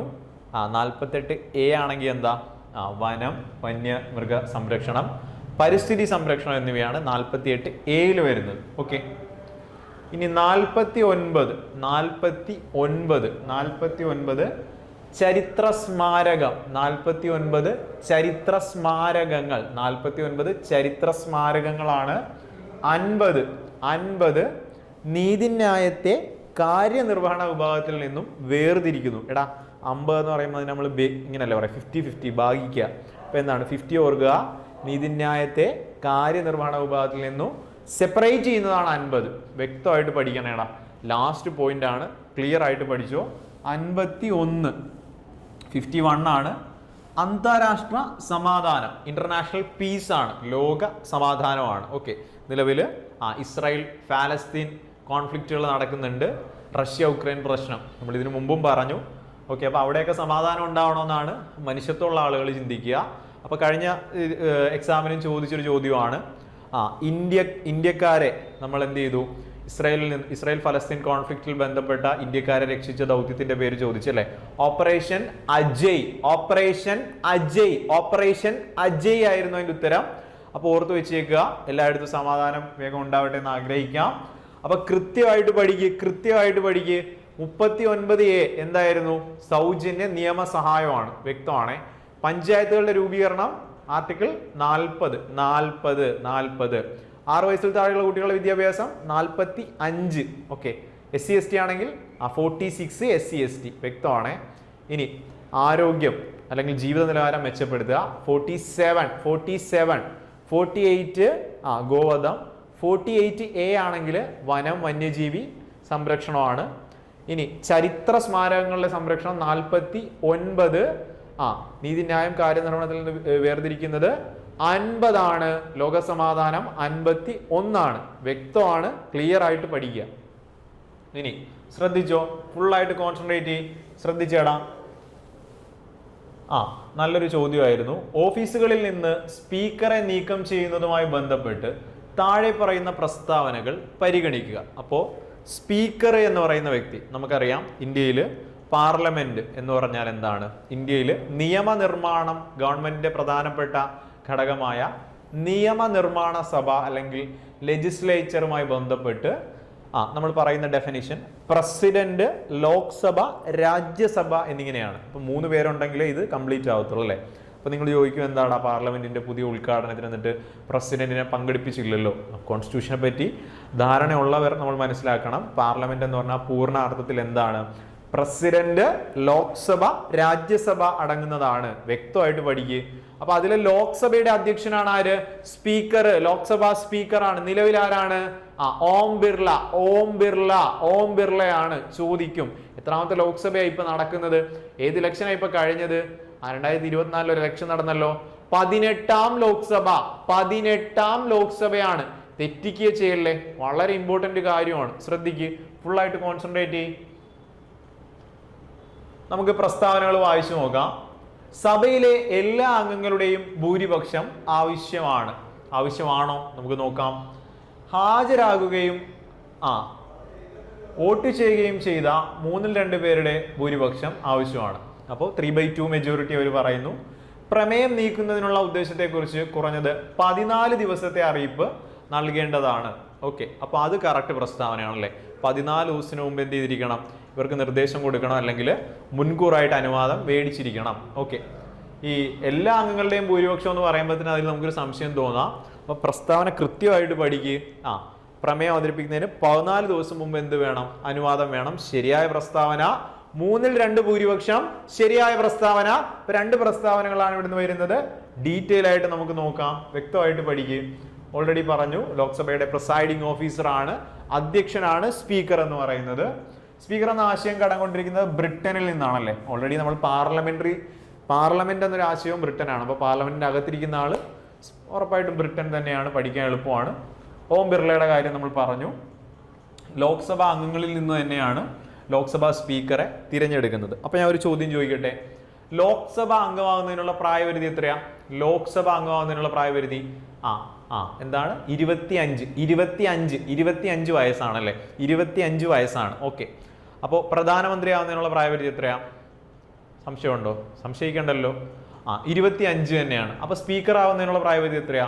25 തന്നെയാണ്. അതെന്തുകൊണ്ടാ? ലോക്സഭയിലെ അംഗങ്ങളാണ് എന്നുള്ളത് കൊണ്ടാണ്. ഓക്കെ, ഇനി ലോക്സഭയുടെ പ്രിസൈഡിംഗ് ഓഫീസർമാരാണ് സ്പീക്കർ, ഡെപ്യൂട്ടി സ്പീക്കർ എന്നിവർ. ഓക്കെ, അപ്പൊ ഇപ്പൊ നിലവിൽ ഡെപ്യൂട്ടി സ്പീക്കർ ആരാ? 18ാം ലോക്സഭയുടെ ഡെപ്യൂട്ടി സ്പീക്കർ ആരാ? ഭർത്തഹരി മെഹ്താബ്. ഭർത്തഹരി മെഹ്താബ് എടാ കറണ്ട് അഫെയർ ഫാക്ട് ആണ്. ഓക്കെ, സ്പീക്കർമാരുടെ തിരഞ്ഞെടുപ്പ് രീതി തീരുമാനിക്കുന്നത് പ്രസിഡന്റ് ആണ്, രാഷ്ട്രപതിയാണ്. പുതിയ ലോക്സഭാ അംഗങ്ങളുടെ ആദ്യത്തെ മീറ്റിംഗിന് മുമ്പ്, അപ്പൊ നോക്കിയേ, ഇപ്പോൾ ഒരു ഇലക്ഷൻ കഴിഞ്ഞതേ ഉള്ളൂ. അപ്പൊ പുതിയ ലോക്സഭാ അംഗങ്ങളുടെ ആദ്യ മീറ്റിംഗിന് മുമ്പ് കഴിഞ്ഞ ലോക്സഭയുടെ സ്പീക്കർ തന്റെ സ്ഥാനം ഒഴിയുന്നു. അപ്പൊ അത്രയും നേരം സ്പീക്കർ പഴയ ആള് തന്നെ. ഇനി ഇപ്രാവശ്യം ഓം ബിർള തന്നെ ആയിരുന്നു, പുള്ളി ഒഴിയുന്നു, പുള്ളി തന്നെ വീണ്ടും ജോയിൻ ചെയ്യുന്നു, വ്യത്യാസമൊന്നുമില്ല. അപ്പം നമ്മൾ പറഞ്ഞു പ്രസിഡന്റ് ആണ്, രാഷ്ട്രപതിയാണ് തിരഞ്ഞെടുപ്പ് രീതി തീരുമാനിക്കുന്നത്.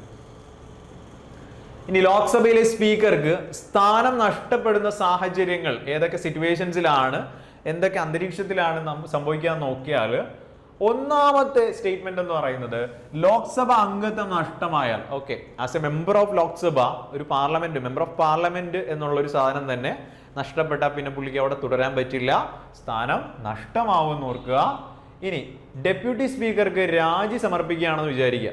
രാജിവെച്ചാൽ പിന്നെ വേറെ ചിന്തിക്കേണ്ട കാര്യമില്ല, അപ്പൊ തന്നെ എന്തായി, അദ്ദേഹത്തിന്റെ സ്ഥാനം ഇല്ലാതാവുന്നു. ലോക്സഭയിലെ ഭൂരിപക്ഷം അംഗങ്ങളും പാസാക്കിയ പ്രമേയത്തിലൂടെ പുറത്താക്കപ്പെട്ടാൽ 14 ദിവസം മുൻപ് അറിയിപ്പ് നൽകിയതിനു ശേഷമേ പ്രമേയം നീക്കാൻ കഴിയുള്ളൂ. അപ്പൊ നമ്മൾ പറഞ്ഞു ലോക്സഭയിലെ ഭൂരിപക്ഷം അംഗങ്ങളും എന്ത് ചെയ്യണം, പാസ്സാക്കുന്ന ഒരു പ്രമേയത്തോടെ ആയിരിക്കും നമ്മൾ ഇദ്ദേഹത്തെ പുറത്താക്കുക. 14 ദിവസം മുമ്പ് പ്രയർ നോട്ടീസ് കൊടുക്കണം, വ്യക്തമാണ്. ഇനി നീക്കം ചെയ്യാനുള്ള നടപടി തുടങ്ങിയാൽ സ്പീക്കർ സ്ഥാനത്തിരിക്കാൻ അർഹനല്ല.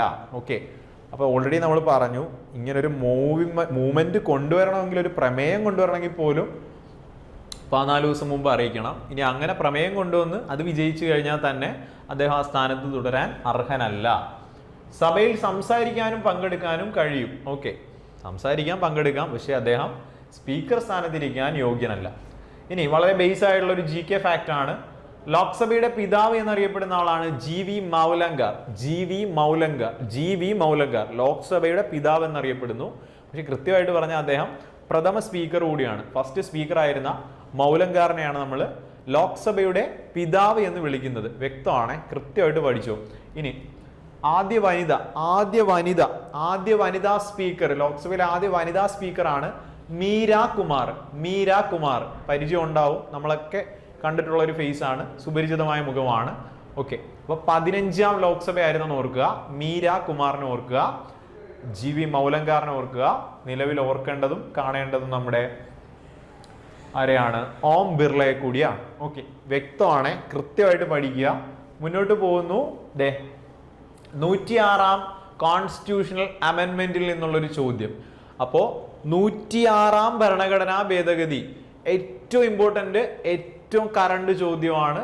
റീസെന്റ് ചോദിച്ച ചോദ്യം. എന്തൊക്കെയാണ് ഇവിടെ പറയുന്നത്? ഭേദഗതി ചെയ്ത ആർട്ടിക്കിൾ ആണ് 239A. ആർട്ടിക്കിൾ 330, 332A ഉൾപ്പെടുത്തി OBC സ്ത്രീകൾക്ക് പ്രത്യേക സംവരണം. നമുക്ക് ഡീറ്റെയിൽ ആയിട്ട് പഠിച്ചിട്ട് ചോദ്യത്തിലേക്ക് വരാം.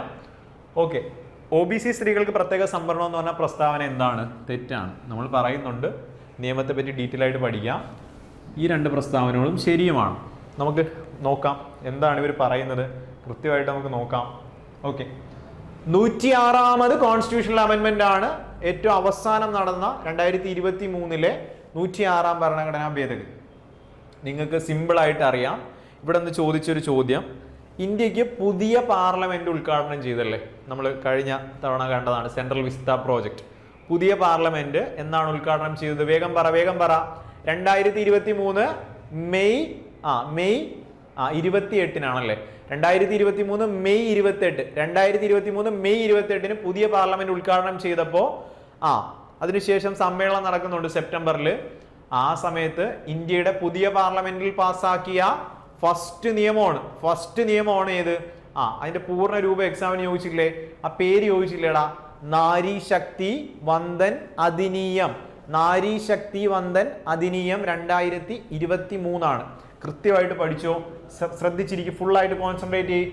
ലോക്സഭയിലും സംസ്ഥാന നിയമസഭകളിലും അപ്പൊ എവിടെയൊക്കെയാണ് സ്ത്രീകൾക്ക് സംവരണം? 33% അല്ലെങ്കിൽ 1/3 സംവരണം എവിടെയൊക്കെയാ? ലോക്സഭയിലും സംസ്ഥാന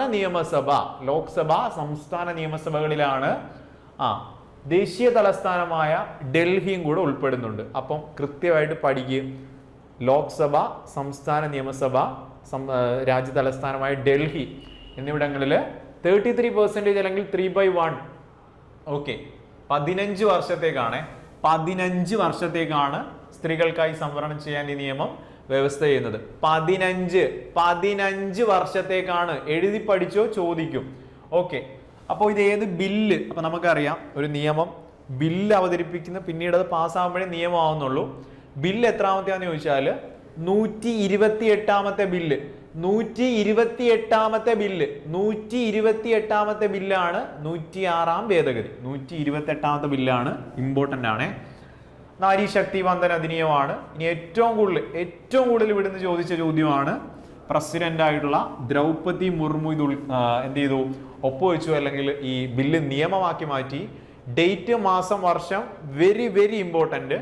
2023 സെപ്റ്റംബർ 28. കൃത്യമായിട്ട് പഠിക്കുക. 2023 സെപ്റ്റംബർ 28. ആ ദിവസത്തിന് ഒരു പ്രത്യേകത കൂടിയുണ്ട്.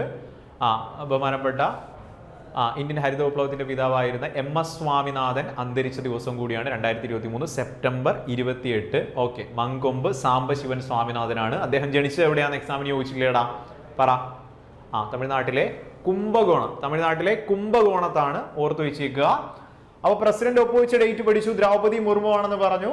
ലോക്സഭയിൽ ഈ നിയമം അല്ലെങ്കിൽ ഈ ബില്ല് അവതരിപ്പിച്ച അന്നത്തെ മിനിസ്റ്റർ ആണ് അർജുൻ റാം മേഘ്വാൾ. ഓക്കെ, അർജുൻ റാം മേഘ്വാൾ ആണ്. കേന്ദ്ര നിയമനീതി മന്ത്രിയായിരുന്നു. ഇപ്പോൾ അദ്ദേഹം പഴയ ഗവൺമെന്റിൽ, ഇപ്പൊ പുതിയ ഗവൺമെന്റ് വന്നിരിക്കുന്നു. അപ്പോൾ അർജുൻ റാം മേഘ്വാളിനെ ഓർത്ത് വെച്ചേക്കുക, ഇമ്പോർട്ടന്റ് ആണ്. ഇനി ആ ഒരു കൃത്യമായൊരു ക്രൊണോളജി കൂടി ഉൾപ്പെടുത്തുന്നു. സെപ്റ്റംബർ 28 പ്രസിഡന്റ് ഒപ്പുവെച്ചു എന്ന് പറഞ്ഞു, എളുപ്പമാണ്. September 19, 2023 first meeting of the parliament. ഉദ്ഘാടനം മെയ് 28 കഴിഞ്ഞുവെങ്കിലും കൂടുന്നത് 19, 20, 21 ഓർത്ത് വെക്കുക. അവതരിപ്പിക്കുന്നു, ലോക്സഭ പാസ്സാക്കുന്നു, രാജ്യസഭ പാസ്സാക്കുന്നു. 19, 20, 21, 28 ഒപ്പുവെക്കുന്നു. വ്യക്തമാണ്. ഇവിടുന്ന് ചോദ്യം ഉറപ്പാണ്. പഠിച്ചിട്ട് പോവുക. ഓക്കെ, അപ്പൊ എന്തൊക്കെയാണ് ഇതിന്റെ പ്രത്യേകത നമുക്ക് പഠിക്കാം. പുതിയ പാർലമെന്റിൽ പാസ്സാക്കിയ ആദ്യ നിയമമാണ് പറഞ്ഞു. 24 നിലവിൽ വരില്ല. സെൻസസ്, മണ്ഡല പുനർനിർണയം എന്നിവ പൂർത്തിയാക്കേണ്ടതുണ്ട്. അപ്പോ നിലവിൽ വന്നിട്ടില്ല. 15 വർഷത്തേക്കാണെന്നൊക്കെ നമുക്ക് അറിയാം. 2024 എന്തായാലും നോക്കണ്ട. സെൻസസ് നടക്കാനിരിക്കുന്നു, മണ്ഡല പുനർനിർണയം നടക്കാനിരിക്കുന്നു. അപ്പൊ കുറച്ച് സമയം എടുക്കുമെന്ന് തന്നെ മനസ്സിലാക്കാം. സംവരണം 15 വർഷത്തേക്ക് തുടരുമെന്ന്. സ്ത്രീകൾക്ക് സംവരണം ചെയ്ത സീറ്റുകളിൽ SC ST വിഭാഗങ്ങൾക്ക് കോട്ടയുണ്ടായിരിക്കുന്നതാണ്. അപ്പൊ പഠിക്ക്. OBC എന്നാണ് ചോദ്യത്തിൽ വന്നത്, തെറ്റായ പ്രസ്താവന. അപ്പോൾ 33% ഉള്ള സ്ത്രീകൾക്ക് അവിടെ SC STക്കാർക്ക് കോട്ടയുണ്ടെന്ന് പറഞ്ഞ പ്രസ്താവന ശരിയാണ്. ഓക്കെ, ഇനി അപ്പൊ നോക്കിക്കേടാ, നമുക്കറിയാം നിലവിൽ ടോട്ടൽ ലോക്സഭാ സീറ്റുകളുടെ എണ്ണം 543 സീറ്റുകളാണ്. ഓക്കെ, കേരളത്തിൽ നിന്ന് എത്ര സീറ്റ് ഉണ്ടോ ലോക്സഭ? 20 ലോക്സഭാ സീറ്റുകളാണ് ഉള്ളത് അല്ലേ. രാജ്യസഭയാണെങ്കിൽ കേരളത്തിൽ നിന്ന് 9 സീറ്റുകളാണ് ഉള്ളത്. ഓക്കെ, അപ്പോൾ ലോക്സഭയെ പറ്റി സംസാരിക്കാം. 543 സീറ്റിൽ ഈ 33% കൂടി റിസർവേഷനും കൂടി ആയി കഴിഞ്ഞാൽ വനിതകളുടെ എണ്ണം ചോദിച്ചാൽ പഠിച്ചു വെക്കുക, എളുപ്പമാണ്. 181 181 വനിതകളാവും ഇന്ത്യൻ പാർലമെന്റിൽ വനിതാ പ്രതിനിധികളായി വരിക. ഈ ബില്ല് നിയമം പാസ്സായി നിലവിൽ വന്നു കഴിഞ്ഞിട്ടുള്ള കാര്യമാണ്. പക്ഷെ നമ്പർ ഇമ്പോർട്ടൻ്റ് ആണ്. 181 പേര് 543 പേരിൽ ഉണ്ടാവും. ഇനി ഇതെവിടെയൊക്കെ ഇല്ല എന്ന് മനസ്സിലാക്കുക. സിമ്പിൾ കാര്യമാണ്. രാജ്യസഭയിലും സംസ്ഥാന ലെജിസ്ലേറ്റീവ് കൗൺസിലുകളിലും ഇല്ല. എവിടെയൊക്കെ ഉണ്ടെന്ന് നമ്മൾ പഠിച്ചില്ലേടാ? ലോക്സഭ, സംസ്ഥാന നിയമസഭ, ഡൽഹി എന്നിവിടങ്ങളാണ് പറഞ്ഞത്. ഇനി കൃത്യമായിട്ട് പഠിക്ക്, തെറ്റിക്കുകയേ ചെയ്യരുത്. ഓക്കെ, ഭേദഗതി ചെയ്ത ആർട്ടിക്കിളാണ് 239 239 AA ഭേദഗതി വന്നു. ആഡ് ചെയ്ത 3 എണ്ണമാണ് 330, 32, 34. എടാ 2 എണ്ണം വെച്ച് കൂട്ട്. 330, 32, 34 എല്ലാത്തിൻ്റെയും കൂടെ A ഉണ്ട്. 330A, 332A, 334A. ഇനി ഭേദഗതി വന്നത് 239 AA എടാ ഇമ്പോർട്ടൻ്റ് ആണ്, തെറ്റിക്കുകയും ചെയ്യില്ല. ഓക്കെ, അപ്പോൾ വ്യക്തമാണ്. ഇനി അടുത്ത ചോദ്യത്തിലേക്ക് വന്നാൽ നോക്കിക്കേ, ഫുള്ളായിട്ട് കോൺസെൻട്രേറ്റ് ചെയ്യ്, ശ്രദ്ധിക്ക്. വളരെ ഇമ്പോർട്ടൻ്റ് പോർഷൻസ് ആണ് ഈ പറയുന്നത്. കറണ്ട് ലെവലിൽ നിൽക്കുന്ന ചോദ്യങ്ങളാണ്, അതിൻ്റെ പ്രാധാന്യം മനസ്സിലാക്കുക. ഓക്കെ, സാമൂഹികമായും വിദ്യാഭ്യാസപരമായും പിന്നാക്കം നിൽക്കുന്ന, പിന്നോക്കം എന്നൊരു വാക്ക് നമ്മൾ മലയാളത്തിൽ യൂസ് ചെയ്യാറില്ലല്ലേ, പിന്നാക്കമാണ് ശരിയായ പ്രസ്താവന. വിഭാഗങ്ങളുടെ, അതായത് സോഷ്യൽ എക്കണോമിക് ബാക്ക്വേർഡ് ക്ലാസ്സിനെ അംഗീകരിക്കാൻ സംസ്ഥാനങ്ങൾക്ക് അധികാരം നൽകുന്ന അല്ലെങ്കിൽ പുനഃസ്ഥാപിച്ചു കൊടുത്ത ഭേദഗതി 105 ഭേദഗതിയാണ്. അപ്പൊ ഈ കാര്യം എന്താണെന്ന് ഞാൻ പറഞ്ഞുതരാം, ശ്രദ്ധിച്ചിരിക്കുക, ഫുള്ളായിട്ട് ശ്രദ്ധിക്കുക. അപ്പോൾ 103 ഭേദഗതിയെ പറ്റി ഇവിടെ പറയുന്നുണ്ട്. 103 പറഞ്ഞാലേ നമുക്ക് 105 വരാൻ പറ്റൂ. ശ്രദ്ധിച്ചോ. ആദ്യം പറയുന്നത് ഫുള്ളായിട്ട് ശ്രദ്ധിച്ചോളുക. സാമ്പത്തികമായി പിന്നാക്കം നിൽക്കുന്ന സമുദായക്കാർക്ക് 10% സാമ്പത്തിക സംവരണം. എടാ നമ്മൾ വളരെ വിവാദമായൊരു വിഷയമാണത്. അതായത് അവർ മുന്നാക്ക വിഭാഗമാണ്, പക്ഷെ സാമ്പത്തികമായിട്ട് അവർ പിന്നിലാണ്. അപ്പോൾ അവർക്ക് സംവരണം കൊടുക്കുന്നതാണ് എക്കണോമിക്കലി വീക്കർ സെക്ഷൻ. അതായത് EWS എത്ര പെർസെൻറ്റേജാ? 10%. 10% അതിന് സംവരണം. ഓക്കെ, അപ്പോൾ അതുമായി ബന്ധപ്പെട്ട ഭേദഗതി 103. അപ്പോൾ ഇങ്ങനെ ഓർക്കുക, EWS 3 അക്ഷരം. അപ്പോൾ 103 ഭേദഗതി എന്ന് ഓർത്ത് വെക്കുക. ബില്ല് ചോദിച്ചാൽ 124. 106 പഠിച്ചപ്പോൾ 128 ബില്ല്, ഇത് 124 ബില്ലാണ്. ഇനി വളരെ ഇമ്പോർട്ടൻ്റ് ആയിട്ട് ഓർക്കുക, 2019 ജാനുവരി 8, ജാനുവരി 9 ദിവസങ്ങളിലാണ് ഇത് വരുന്നത്.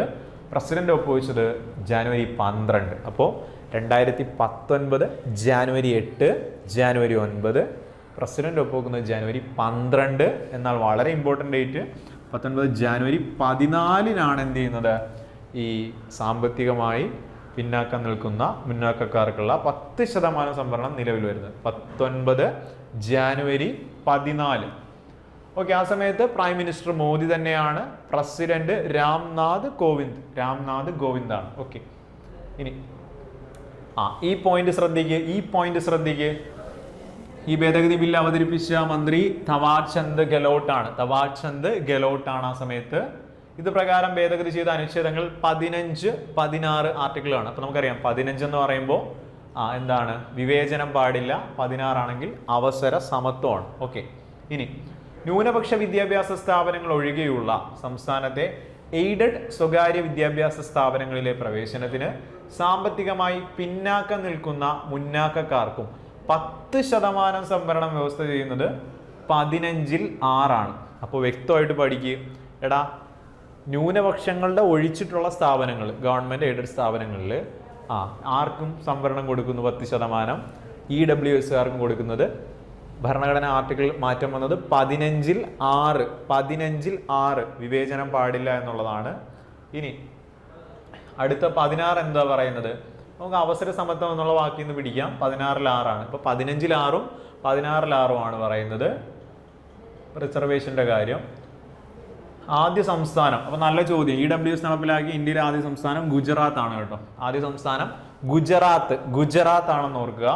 കേരള ഗവൺമെന്റ് നിയോഗിച്ച 2 അംഗ കമ്മിറ്റിയാണ് കെ ശശിധരനും കെ രാജഗോപാലൻ നായരും. അപ്പോൾ കേരള ഗവൺമെന്റ് EWS പറ്റി പഠിക്കാൻ വേണ്ടി 2 അംഗ കമ്മിറ്റി ഉണ്ട്. കെ ശശിധരനും കെ രാജഗോപാൽ. കെ ശശിധരൻ, ശശി രാജാവ്. ഓക്കെ, ശശിധരനും രാജഗോപാലൻ നായരുമാണ്. ഓക്കെ, 2020 ഒക്ടോബർ കേരളത്തിൽ ഇത് നിലവിൽ വന്നിട്ടുണ്ട് കേട്ടോ. അപ്പൊ കേരളത്തിൽ ഇത് വന്നിട്ടുണ്ട് 2020 ഒക്ടോബറിൽ ഇത് കേരളത്തിൽ നിലവിൽ വന്നിട്ടുണ്ടെന്ന് മനസ്സിലാക്കാം. മുന്നോട്ട് വരുമ്പോൾ സാമൂഹികമായും സാമ്പത്തികമായും പിന്നാക്കം നിൽക്കുന്ന വിഭാഗങ്ങളുടെ പട്ടിക തയ്യാറാക്കാനുള്ള അധികാരം. അപ്പോൾ ചോദ്യം ഇതായിരുന്നു, ഇവരുടെ ലിസ്റ്റ് കണ്ടെത്തുക. നിങ്ങളൊന്ന് ആലോചിച്ച് നോക്കിയടാ. ഓരോ സംസ്ഥാനവും, ഇന്ത്യ പ്രത്യേകിച്ച് എത്ര സംസ്ഥാനം? 28 സംസ്ഥാനങ്ങൾ, 8 കേന്ദ്രഭരണ പ്രദേശങ്ങളുള്ള ഇന്ത്യയെ പോലെ വലിയൊരു രാജ്യത്ത് ഓരോ സ്റ്റേറ്റിലും സാമ്പത്തികമായിട്ട് പിന്നാക്കം നിൽക്കുന്ന ആളുകൾ ഡിഫറൻ്റ് ആയിരിക്കും. കേരളത്തിലെ അവസ്ഥയല്ല തമിഴ്നാട്, അതല്ല ആന്ധ്ര, കർണാടക, അതുപോലെ ഉത്തരേന്ത്യൻ സംസ്ഥാനങ്ങളിലും സ്ഥിതി വ്യത്യസ്തമായിരിക്കും. അപ്പോൾ കേന്ദ്ര ഗവൺമെൻറ് ഒരു നിയമത്തിലൂടെ ഈ ഓരോ സ്റ്റേറ്റിലും ഇവരുടെ പട്ടിക രൂപീകരിക്കുന്നതിനുള്ള ഒരു വ്യവസ്ഥയുണ്ടല്ലോ, അതെടുത്ത് മാറ്റിയായിരുന്നു.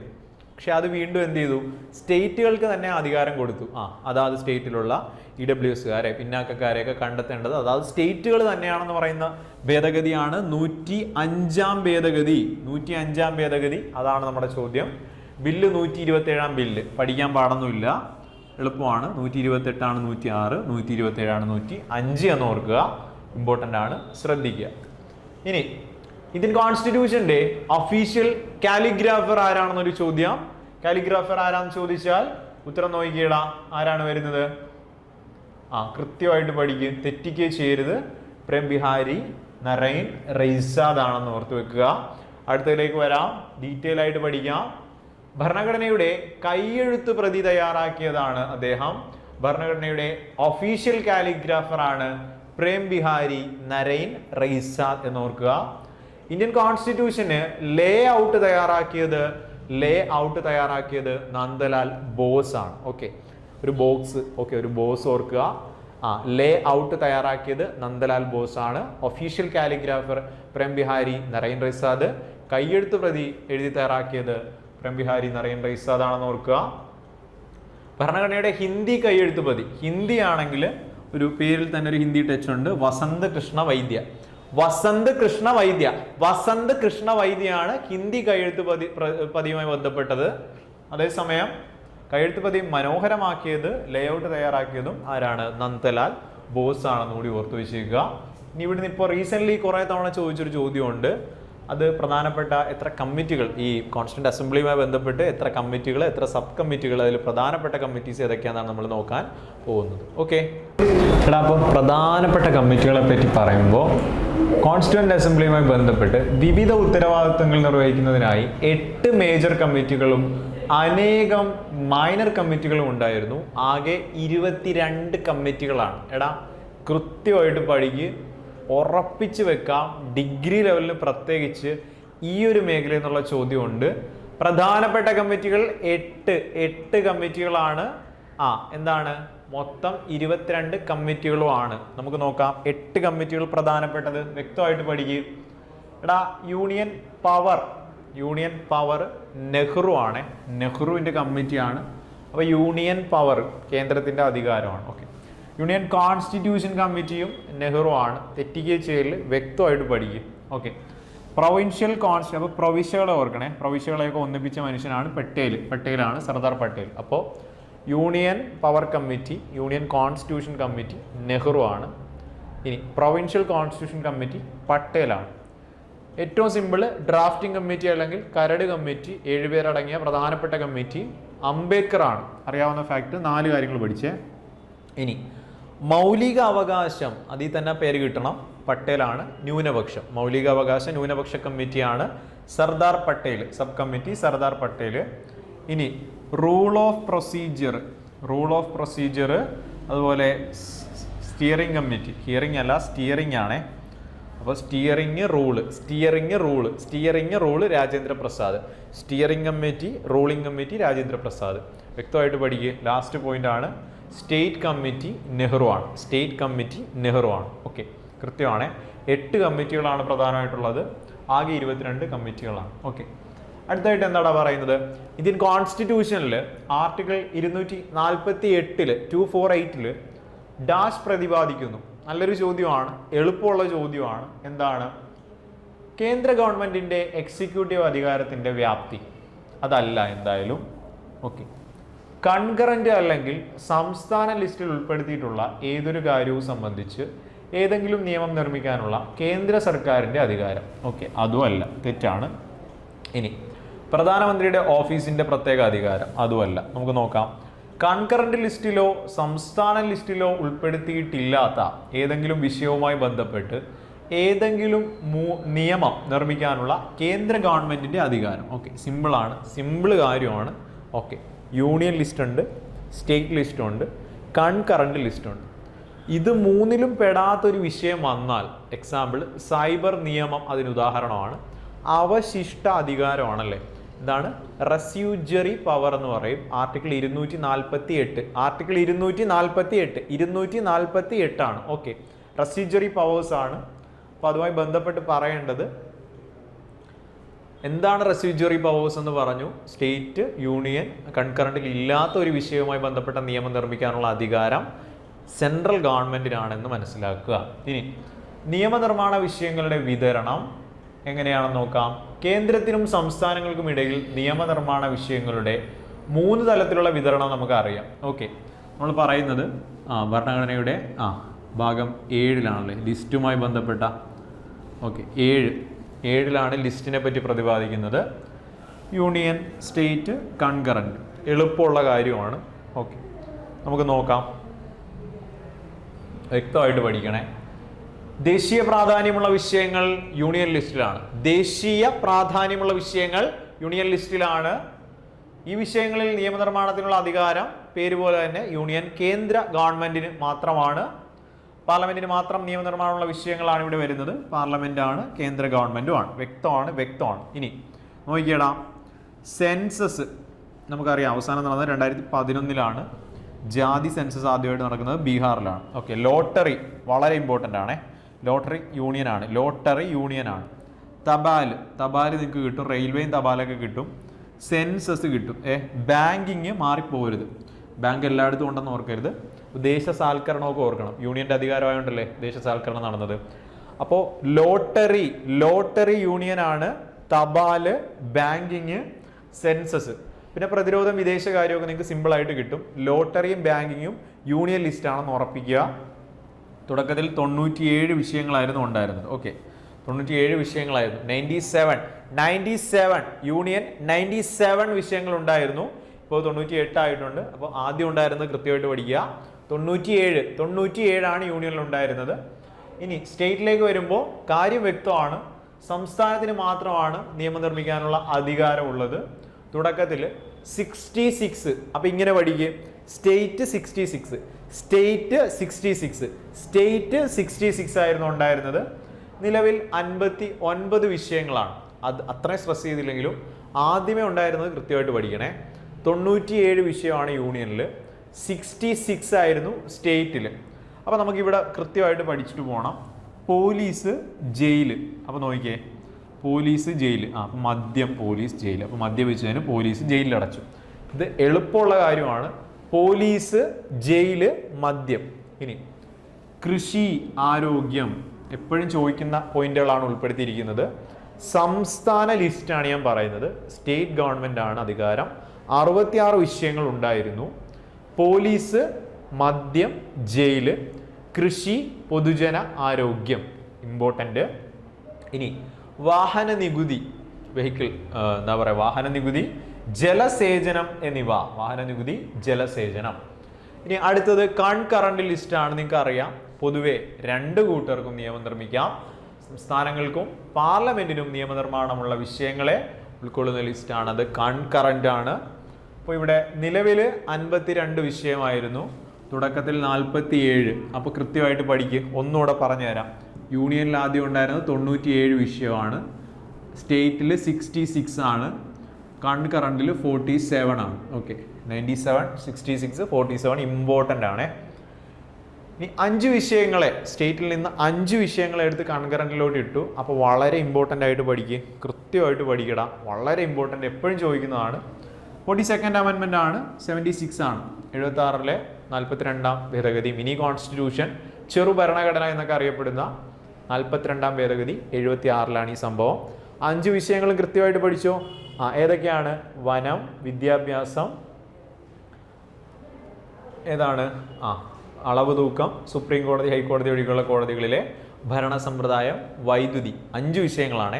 വനം, വിദ്യാഭ്യാസം, വൈദ്യുതി, വന്യമൃഗം, അതുപോലെയുള്ള കാര്യങ്ങൾ. അപ്പോൾ വൈദ്യുതിയൊക്കെ എപ്പോഴും ചോദിക്കും. കറണ്ട് കറണ്ടിലാണെന്ന് ഓർക്കുക, കൃത്യമായിട്ട് പഠിക്കുക.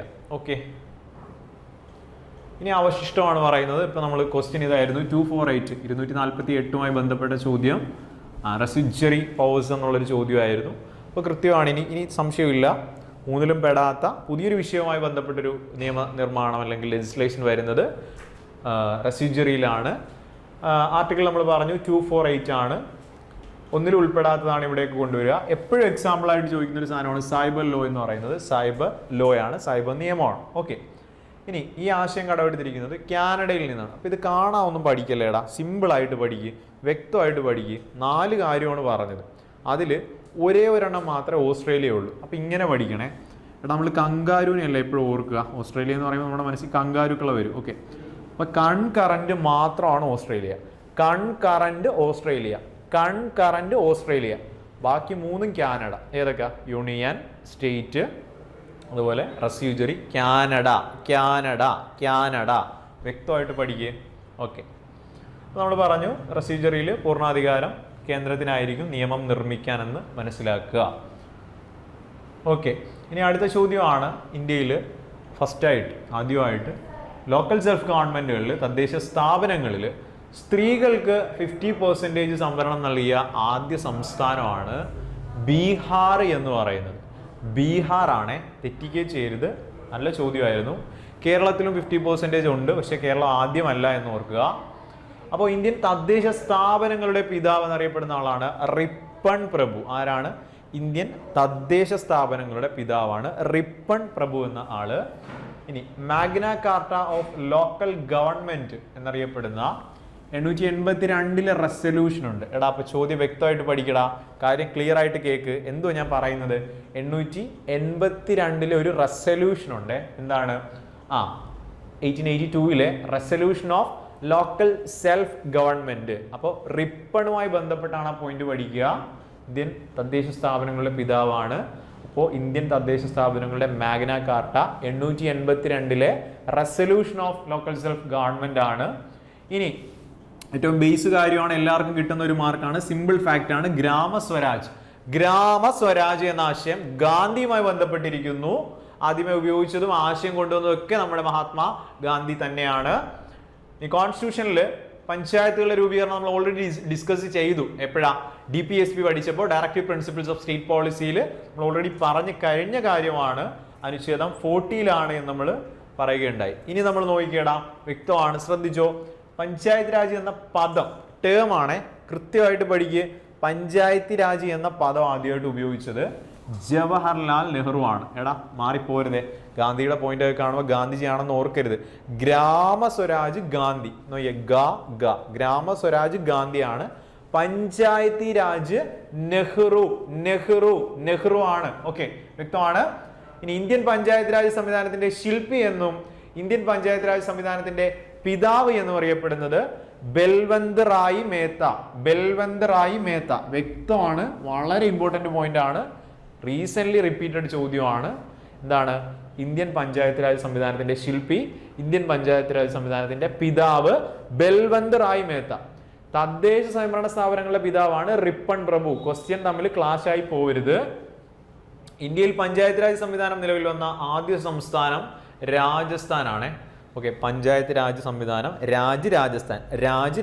പഞ്ചായത്ത് രാജ് സംവിധാനം ആദ്യമേ വരുന്നത് രാജസ്ഥാനിലെ നാഗൂർ ജില്ലയിലാണ്. നാഗൂർ ജില്ലയിലെ നെഹ്റു ആണ് ഉദ്ഘാടനം ചെയ്യുന്നത്. 59 ഒക്ടോബർ 2 വ്യക്തമായിട്ട് പഠിക്കുക. 59 ഒക്ടോബർ 2, 59 ഒക്ടോബർ 2 നെഹ്റു ആണ്. എവിടെയാണ്? നാഗൂരാണല്ലേ, നാഗൂരാണ്, രാജസ്ഥാനിലെ നാഗൂർ ജില്ലയാണ്. ഓക്കെ, തെറ്റിക്കുകയെ ചെയ്യരുത്, ശ്രദ്ധിച്ചോ. അവസാനത്തെ ഫാക്ടറികളിലേക്ക് കടക്കുവാണ്, തീരുകയാണ്, ശ്രദ്ധിക്കുക. രണ്ടാമത്തെ സ്റ്റേറ്റ് ചോദിച്ചാൽ നമ്മുടെ ആന്ധ്രയാണ്, ആന്ധ്രാപ്രദേശാണ്. നമ്മൾ നേരത്തെ പഠിച്ചു ഈ സഞ്ജീവനി ആദ്യമായിട്ട് ഇന്ത്യയിൽ കൊണ്ടുവന്ന സ്റ്റേറ്റ് ആന്ധ്രാപ്രദേശാണ് നമ്മൾ പറഞ്ഞു. അപ്പോൾ പഞ്ചായത്ത് രാജ് ഫസ്റ്റ് രാജസ്ഥാനിലെ നാഗൂർ, സെക്കൻഡ് ആന്ധ്രാപ്രദേശ്. അപ്പോൾ സൗത്ത് ഇന്ത്യയിലെ ഫസ്റ്റുമാണ്, സൗത്ത് ഇന്ത്യയിൽ ഫസ്റ്റുമാണ്, അല്ലെങ്കിൽ ദക്ഷിണ ഇന്ത്യയിലെ ഫസ്റ്റുമാണ് ആന്ധ്ര എന്ന് ഓർക്കുക. ഇനി 73 ഭേദഗതി പ്രകാരം, അപ്പൊ ചോദ്യം മാറിപ്പോലേടാ. ഇത്ര നേരത്തെ പറഞ്ഞത് 59കളിൽ പഞ്ചായത്ത് രാജ് വന്നത് നമ്മുടെ രാജസ്ഥാൻ പറഞ്ഞു. ഇനി 73, 74 ഭേദഗതി പ്രകാരം, 73 ഭേദഗതി പ്രകാരം ആദ്യമായിട്ട് വരുന്ന സംസ്ഥാനം മധ്യപ്രദേശാണ്. മധ്യപ്രദേശിലാണ് നിയമം വന്നതിന് ശേഷം ആദ്യമായിട്ട് വരുന്നത് മധ്യപ്രദേശാണെന്ന് ഓർക്കുക. ഇമ്പോർട്ടൻറ്റ് ഫാക്റ്റ് ആണ്. ഇനി പ്രധാനപ്പെട്ട കമ്മിറ്റികളെ ചുരുക്കി കൊടുത്തിരിക്കുന്നു. എപ്പോഴും ചോദിക്കുന്ന ചോദ്യങ്ങളാണ്, ഷോർട്ടായിട്ടാണ് ഇവിടെ പറയുന്നത്, ശ്രദ്ധിച്ചു വെക്കുക. നോക്കിക്കേ, 57 ബൽവന്ത് റായ് മേത്ത കമ്മിറ്റി, നേരത്തെ പറഞ്ഞു പിതാവ് അല്ലെങ്കിൽ അതിന്റെ മുന്നോടിയായിട്ട് പറഞ്ഞ അദ്ദേഹം. 77 അശോക് മേത്ത കമ്മിറ്റി 77. ഓക്കെ, അപ്പോൾ ഒന്നുമില്ല, ഈ നിലവിലുള്ള പഞ്ചായത്ത് രാജ് സംവിധാനം ഉണ്ടല്ലോ, 3 ടയർ സ്ട്രക്ചർ, പഞ്ചായത്ത്, ബ്ലോക്ക്, ജില്ലാ പഞ്ചായത്ത്, ഈ മോഡൽ മുന്നോട്ട് വെച്ച ത്രിതല ഘടന മുന്നോട്ട് വെച്ച ആളാണ് ബൽവന്ത് റായ്. ത്രിതലം. അപ്പോൾ അത് ഓർത്ത് വെക്കുക. 2 ടയർ വെച്ച പുള്ളിയാണ് അശോക് മേത്ത. പേരിൽ നിന്ന് എടുക്കുക, അശോക് മേത്ത 2 ടയർ. ബൽവന്ത് റായ് മേത്ത ത്രിതലമാണ് മുന്നോട്ട് വെച്ചത്. ഇനി ഈ EMS അംഗമായിരുന്ന ഒരു കമ്മിറ്റി ഉണ്ട് ഇതിൽ പഞ്ചായത്ത് രാജ്, അതേതാണ് നിങ്ങൾക്ക് അറിയാം, പ്രീവിയസ് ചോദ്യമാണ്. അശോക് മേത്ത കമ്മിറ്റിയിലാണ് EMS, നമ്മുടെ മുഖ്യമന്ത്രിയായിരുന്ന EMS അംഗമായിരുന്നത്. ഇനി 88 വന്ന PK തുങ്കൻ കമ്മിറ്റി, ഏറ്റവും കൂടുതൽ ചോദ്യം ഇവിടുന്ന് വന്നിട്ടുള്ള ചോദ്യമാണ്. ഭരണഘടനാ സാധുത, പഞ്ചായത്ത് സ്ഥാപനങ്ങൾക്ക് കോൺസ്റ്റിറ്റ്യൂഷണൽ സ്റ്റാറ്റസ് കൊടുക്കണമെന്ന് ശുപാർശ ചെയ്ത കമ്മിറ്റി. എപ്പോഴും BSc ചോദിക്കുന്നു. PK തുങ്കൻ കമ്മിറ്റി 88, 89 കാലഘട്ടമാണ്. ഭരണഘടനാ സാധുത ശുപാർശ ചെയ്തു. സ്ഥിരം ചോദ്യം, കിട്ടുന്ന മാർക്ക് കളയരുത്, കൃത്യമാണ്. ഇനി 73, 74 ഭേദഗതി നഗരപാലികാ നിയമം. അപ്പം മാറിപ്പോയത്, സിമ്പിൾ ആയിട്ട് പഠിക്കുക. 73 ആണെങ്കിൽ പഞ്ചായത്ത് രാജ്, 74 ആണെങ്കിൽ നഗരപാലിക എന്നുള്ള വ്യവസ്ഥയാണ്. ഇനി ബേസ് ചോദ്യം, ഈ നിയമം നമ്മൾ പറയുമ്പോൾ 73, 74 വർഷം 92 എന്നാണ് പഠിക്കുക. കാരണം നമ്മളെപ്പോഴും നിയമത്തിന്റെ വർഷമാണ് പറയുക. 92-ലെ 73, 74 ഭേദഗതി എന്ന് പറയുമെങ്കിലും ഇത് നിലവിൽ വന്നപ്പോഴത്തേക്കും 93 ഏപ്രിൽ 24 ആയി. അപ്പോൾ നമ്മൾ 2010 മുതൽ പഞ്ചായത്ത് രാജ് ദിനം ആഘോഷിക്കുന്നുണ്ട്. അത് ഏപ്രിൽ 24 എന്നാണ്. ഏപ്രിൽ 24 സച്ചിൻ്റെ ബർത്ത്ഡേ ഉള്ള ഡേറ്റ് ആണെന്നാണ് എൻ്റെ ഓർമ്മ. ഏപ്രിൽ 24 2010 മുതലാണ് ഇത് ആഘോഷിക്കുന്നത്. അപ്പോൾ മാറിപ്പോരുത്. ഇത് കേരളത്തിലേക്ക് വന്നപ്പോഴത്തേക്കും തൊട്ടടുത്ത വർഷമായി 94 ഏപ്രിൽ 24 എന്നുള്ളത് ഒന്ന് കുറഞ്ഞു, 23 ഓർക്കുക. ഓക്കെ, ഇനി 11ാം പട്ടികയാണ് കൂട്ടിച്ചേർത്തത്. 73 പ്രകാരം 11ാം പട്ടികയും 74 പ്രകാരം 12ാം പട്ടികയും വന്നു. അതിൽ ഭാഗം 1-ൽ 11-ൽ കൂട്ടിച്ചേർത്തത് 243 മുതൽ 243 O വരെയാണ്. അവിടുന്ന് ചില ആർട്ടിക്കിൾ ഇപ്പോൾ നിരന്തരം എക്സാമ്പിൾക്ക് ചോദിക്കുന്നത് നമ്മൾ കാണുന്നുണ്ട്. ജിയുടെ വിശദീകരണമാണ് 11. 243 ജിയുടെ വിശദീകരണമാണ് 11 എന്ന് പറയുന്ന പട്ടിക. അപ്പം അതിൽ 29 വിഷയങ്ങളാണ്. 29 വിഷയങ്ങളാണ് ഇതിൽ ഉൾപ്പെടുന്നത്. അപ്പം കൃത്യമായിട്ട് പഠിക്കട. 29 വിഷയങ്ങളാണ് 73ാം ഭേദഗതിയിലെ 11ാം പട്ടികയിൽ ഉൾപ്പെടുന്നത്. 243 ജിയുടെ വിശദീകരണമാണ് ഈ 11 എന്ന് പറയുന്നത്. അപ്പോൾ ഇതിൽ ഏറ്റവും ഇമ്പോർട്ടൻ്റ് ആയിട്ട് നമ്മൾ പറഞ്ഞത് ഗ്രാമസഭകളുമായി ബന്ധപ്പെട്ട ആർട്ടിക്കിൾ പുതിയ ടെക്സ്റ്റ് ബുക്കിൽ 2-3 ചാപ്റ്ററുകളിലായിട്ട് ഇതിന് മെൻഷൻ ഉണ്ട്. ചോദ്യം കഴിഞ്ഞ ദിവസത്തെ ശനിയാഴ്ചത്തെ എക്സാമിന് ചോദിച്ചു. 243 ആണ്. അപ്പോൾ ചോദ്യം ഇങ്ങനെയായിരുന്നല്ലേ, ഗ്രാമസഭയുടെ കൺവീനർ ആരാണ്? അറിയാവുന്നവർ വരെ ചിലർ തെറ്റിച്ചിട്ടുണ്ട്. സിമ്പിൾ കാര്യമായിരുന്നു. എന്താണ് കൺവീനർ? വിളിച്ച് ചേർക്കുന്ന ആളാണ് ഈ കൺവീനർ. വിളിച്ച് ചേർക്കുന്ന ആരാടാ? നമ്മുടെ നാട്ടിലുള്ള നമ്മുടെ മെമ്പർ അല്ലേ? തെറ്റിക്കല്ലടാ, സിമ്പിൾ കാര്യമാണ്. ഓക്കെ, അപ്പോൾ ഗ്രാമസഭ വിളിച്ചു ചേർക്കുന്നത് അല്ലെങ്കിൽ കൺവീനറെ ചോദിച്ചാൽ വാർഡ് മെമ്പറാണ്. അപ്പോൾ സാറേ പ്രസിഡന്റ് എന്തോ ചെയ്യുന്നത്? അദ്ദേഹമാണ് അധ്യക്ഷൻ. അദ്ദേഹമാണ് ഇതിനെ പ്രിസൈഡ് ചെയ്യുന്ന ഓഫീസർ അല്ല, പ്രിസൈഡ് ചെയ്യുന്ന ആൾ. ഓക്കെ, അപ്പോൾ വ്യക്തമായിട്ട് പഠിക്കുക. 243A ആണ് ആർട്ടിക്കിൾ. ഓക്കെ, കൺവീനർ വിളിച്ചു ചേർക്കുന്നത് വാർഡ് മെമ്പറാണ്. ഓക്കെ, വ്യക്തമാണേ. ഇനി അധ്യക്ഷനാണ് പഞ്ചായത്ത് പ്രസിഡന്റ്. ഓക്കെ, ക്ലിയർ ആയിട്ട് പഠിക്കണേടാ, തെറ്റിക്കുകയോ ചെയ്യല്, സിമ്പിൾ ഫാക്റ്റ് ആണ്. ഇനി അംഗങ്ങൾ ആരൊക്കെയാ? നമുക്കറിയാം, ഗ്രാമസഭ ഓരോ നാട്ടിൻ പുറത്ത് ഗ്രാമസഭയെന്നും കോർപ്പറേഷൻ മുനിസിപ്പാലിറ്റികളിൽ വാർഡ് സഭയെന്നുമാണ് ഇത് അറിയപ്പെടുന്നത്. പങ്കെടുക്കാൻ കഴിയുന്ന ആരൊക്കെയാന്ന് ചോദിച്ചാൽ 18 വയസ്സ് കഴിഞ്ഞവരെന്ന് എഴുതിയ ഉത്തരം തെറ്റാണ്. കൃത്യമായിട്ട് പഠിച്ചോണം. വോട്ടർ പട്ടികയിൽ പേരുള്ള മുഴുവൻ ആളുകൾക്കും പങ്കെടുക്കാം. വോട്ടർ പട്ടികയിൽ പേരുള്ള മുഴുവൻ ആളുകൾക്കും പങ്കെടുക്കാം. തെറ്റിക്കുകയും ചെയ്യരുത്, സിമ്പിൾ കാര്യങ്ങളെ പറഞ്ഞിട്ടുള്ളൂ. ഇനി പുതിയൊരു കറണ്ട് അഫെയർ കൂടി ആഡ് ചെയ്താൽ കേരളത്തിൽ ആദ്യമായിട്ട് ഓൺലൈൻ ഗ്രാമസഭ കൂടി. ഓൺലൈൻ ഗ്രാമസഭ എവിടെയാണ്? മലയൻകീഴാണ് കേട്ടോ. മലയൻകീഴാണ് ഉത്തരം. ഓക്കെ, ഓൺലൈൻ ഗ്രാമസഭ. ഇനി ഇവിടെ നീ റീസെന്റ് ചോദിച്ച ആർട്ടിക്കിൾ കൂടി പറഞ്ഞ് നമുക്കിത് വൈൻഡപ്പ് ചെയ്യാം. ശ്രദ്ധിച്ചോളുക. 243K നിങ്ങൾക്കറിയാം, സ്റ്റേറ്റ് ഇലക്ഷൻ കമ്മീഷൻ അല്ലെങ്കിൽ സംസ്ഥാന ഇലക്ഷൻ കമ്മീഷനുമായി ബന്ധപ്പെട്ട ആർട്ടിക്കിളാണ് 243K. ഇനി ഡി എന്താണ്? 243D ചോദിച്ചതാണ് സംവരണം. അപ്പോൾ നമ്മൾ പറഞ്ഞു ഇടി വെക്കുന്നത് എപ്പോഴും സംവരണത്തിന്റെ വിഷയത്തിലാണ് എല്ലാവരും ഇടി വെക്കുന്നത്. 243D ഓർത്ത് വെച്ചേക്കുക. ഇനി പ്രീവിയസ് ആണ് 243I. 243Iയും Yയും സംസ്ഥാന ധനകാര്യ കമ്മീഷനുമായി ബന്ധപ്പെട്ട ഫിനാൻസ് കമ്മീഷനുമായി ബന്ധപ്പെട്ട ആർട്ടിക്കിളാണ് 243I എന്ന് പറയുന്നത്. അപ്പോൾ തെറ്റിക്കല്ലേടാ, ശ്രദ്ധിച്ചേ. 243A ആണെങ്കിൽ ഗ്രാമസഭ, K ആണെങ്കിൽ ഇലക്ഷൻ കമ്മീഷൻ, D ആണെങ്കിൽ സംവരണം, Iയും Yയും ആണെങ്കിൽ ധനകാര്യ കമ്മീഷൻ. റീസെന്റ് ചോദ്യം 243H ആണ്. എച്ച് നികുതി. നികുതി കൊടുക്കാത്ത എച്ചുകളാണെന്നെങ്കിൽ ഓർക്കുക. എച്ച് നികുതിയാണ്, ടാക്സ് ആണ്. ഓക്കെ, അപ്പോൾ ഈ ആർട്ടിക്കിൾസ് കൂടി ഇപ്പോൾ ചോദിക്കുന്നുണ്ട്. അപ്പോൾ കറണ്ട് ട്രെൻഡ് കൂടി മനസ്സിലാക്കി വെക്കുക. ഈ പഞ്ചായത്ത് രാജിലെ 243 ചില ആർട്ടിക്കിളുകൾ ഇപ്പോൾ ചോദിക്കുന്നുണ്ട്. അത് നോക്കുക, വ്യക്തമായിട്ട് നോക്കിയിട്ട് പോവുക. അവിടുന്ന് ചോദ്യം ഉറപ്പാണ്. ഇനി ഇവിടെ നല്ലൊരു പോയിന്റ് നമ്മൾ കണ്ടു. ഗ്രാമസഭകളാണ് ഗ്രാമീണ ജനാധിപത്യത്തെ അർത്ഥവത്താക്കുന്നത് എന്നൊരാളുടെ കോട്ടുണ്ട്. അത് നമ്മുടെ ജയപ്രകാശ് നാരായണനാണല്ലേ, ഫേമസ് ആയിട്ടുള്ള മനുഷ്യനാണ്. സോഷ്യലിസ്റ്റ് നേതാവായിരുന്ന ജയപ്രകാശ് നാരായണനാണ് എന്ത് ചെയ്തത്? ഗ്രാമസഭകളാണ് ഗ്രാമീണ ജനാധിപത്യത്തെ മീനിങ് ഫുൾ ആക്കുന്നത്, അർത്ഥവത്താക്കുന്നത് എന്നൊരു സ്റ്റേറ്റ്മെന്റ് കൂടി പറഞ്ഞു വെച്ചിട്ടുണ്ട്. ഓക്കെ, ഇവിടുന്ന് സ്ഥിരമായിട്ട് വരുന്ന 2 ഫാക്ട് കൂടെ ഉണ്ട്. കേരള പഞ്ചായത്ത് ആക്ട് ആണെങ്കിൽ 62-ലാണ്. അതായത് നമ്മുടെ 73-74 ഭേദഗതിയൊക്കെ വരുന്നതിന് മുമ്പ് കേരള പഞ്ചായത്ത് ആക്ട് വരുന്നുണ്ട്. എക്സാമിന് ഇത് ചോദിച്ചിട്ടുള്ളതാണ്.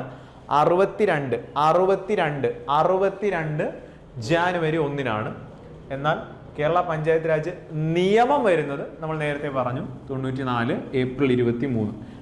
മാറിപ്പോവല്ലേ. കേരള പഞ്ചായത്ത് ആക്ട് 62, മറ്റേ നിയമം 94-ലുമാണ്. നമ്മൾ ഓൾറെഡി പറഞ്ഞ നമ്മുടെ ചോദ്യത്തിന്റെ ഉത്തരം ബീഹാറാണ്. 50% സംവരണം കൊണ്ടുവന്ന ആദ്യ സംസ്ഥാനമാണ്. ഇനി 49 നവംബർ 26 മുതൽ പ്രാബല്യത്തിൽ വന്ന ഇന്ത്യൻ കോൺസ്റ്റിറ്റ്യൂഷനിലെ വ്യവസ്ഥകളിൽ ഏതാണ് താഴെ പറയുന്നത്? അത് നമുക്ക് പറയാൻ കഴിയുന്നത് പൗരത്വം എന്നതാണ് ഇവിടുത്തെ കൃത്യമായ ഉത്തരം. നമുക്ക് പ്രൊഫഷണൽ ആൻസർ കീയിൽ ഇതൊരു ക്വസ്റ്റ്യൻ ഒരു കറക്ഷൻ ഉണ്ടായിരുന്നു. അപ്പോൾ 49 നവംബർ 26 മുതലുള്ള ഫസ്റ്റത്തെ നിലവിലുള്ള കാര്യമാണ് ചോദിച്ചത്.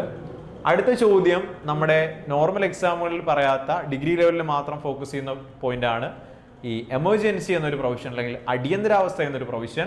അതുകൂടി ആകുമ്പോഴത്തേക്കും നമ്മുടെ ഈ ടോപ്പിക്കിൽ നിന്ന് നമുക്ക് കംപ്ലീറ്റ് ചെയ്യാൻ പറ്റും. ആർട്ടിക്കിൾ 352 പ്രകാരം ഇന്ത്യയിൽ 2ാമത്തെ അടിയന്തരാവസ്ഥ പ്രഖ്യാപനം നടത്തിയത് എപ്പോഴാണെന്നാണ് ചോദ്യം. നമുക്ക് നോക്കാം.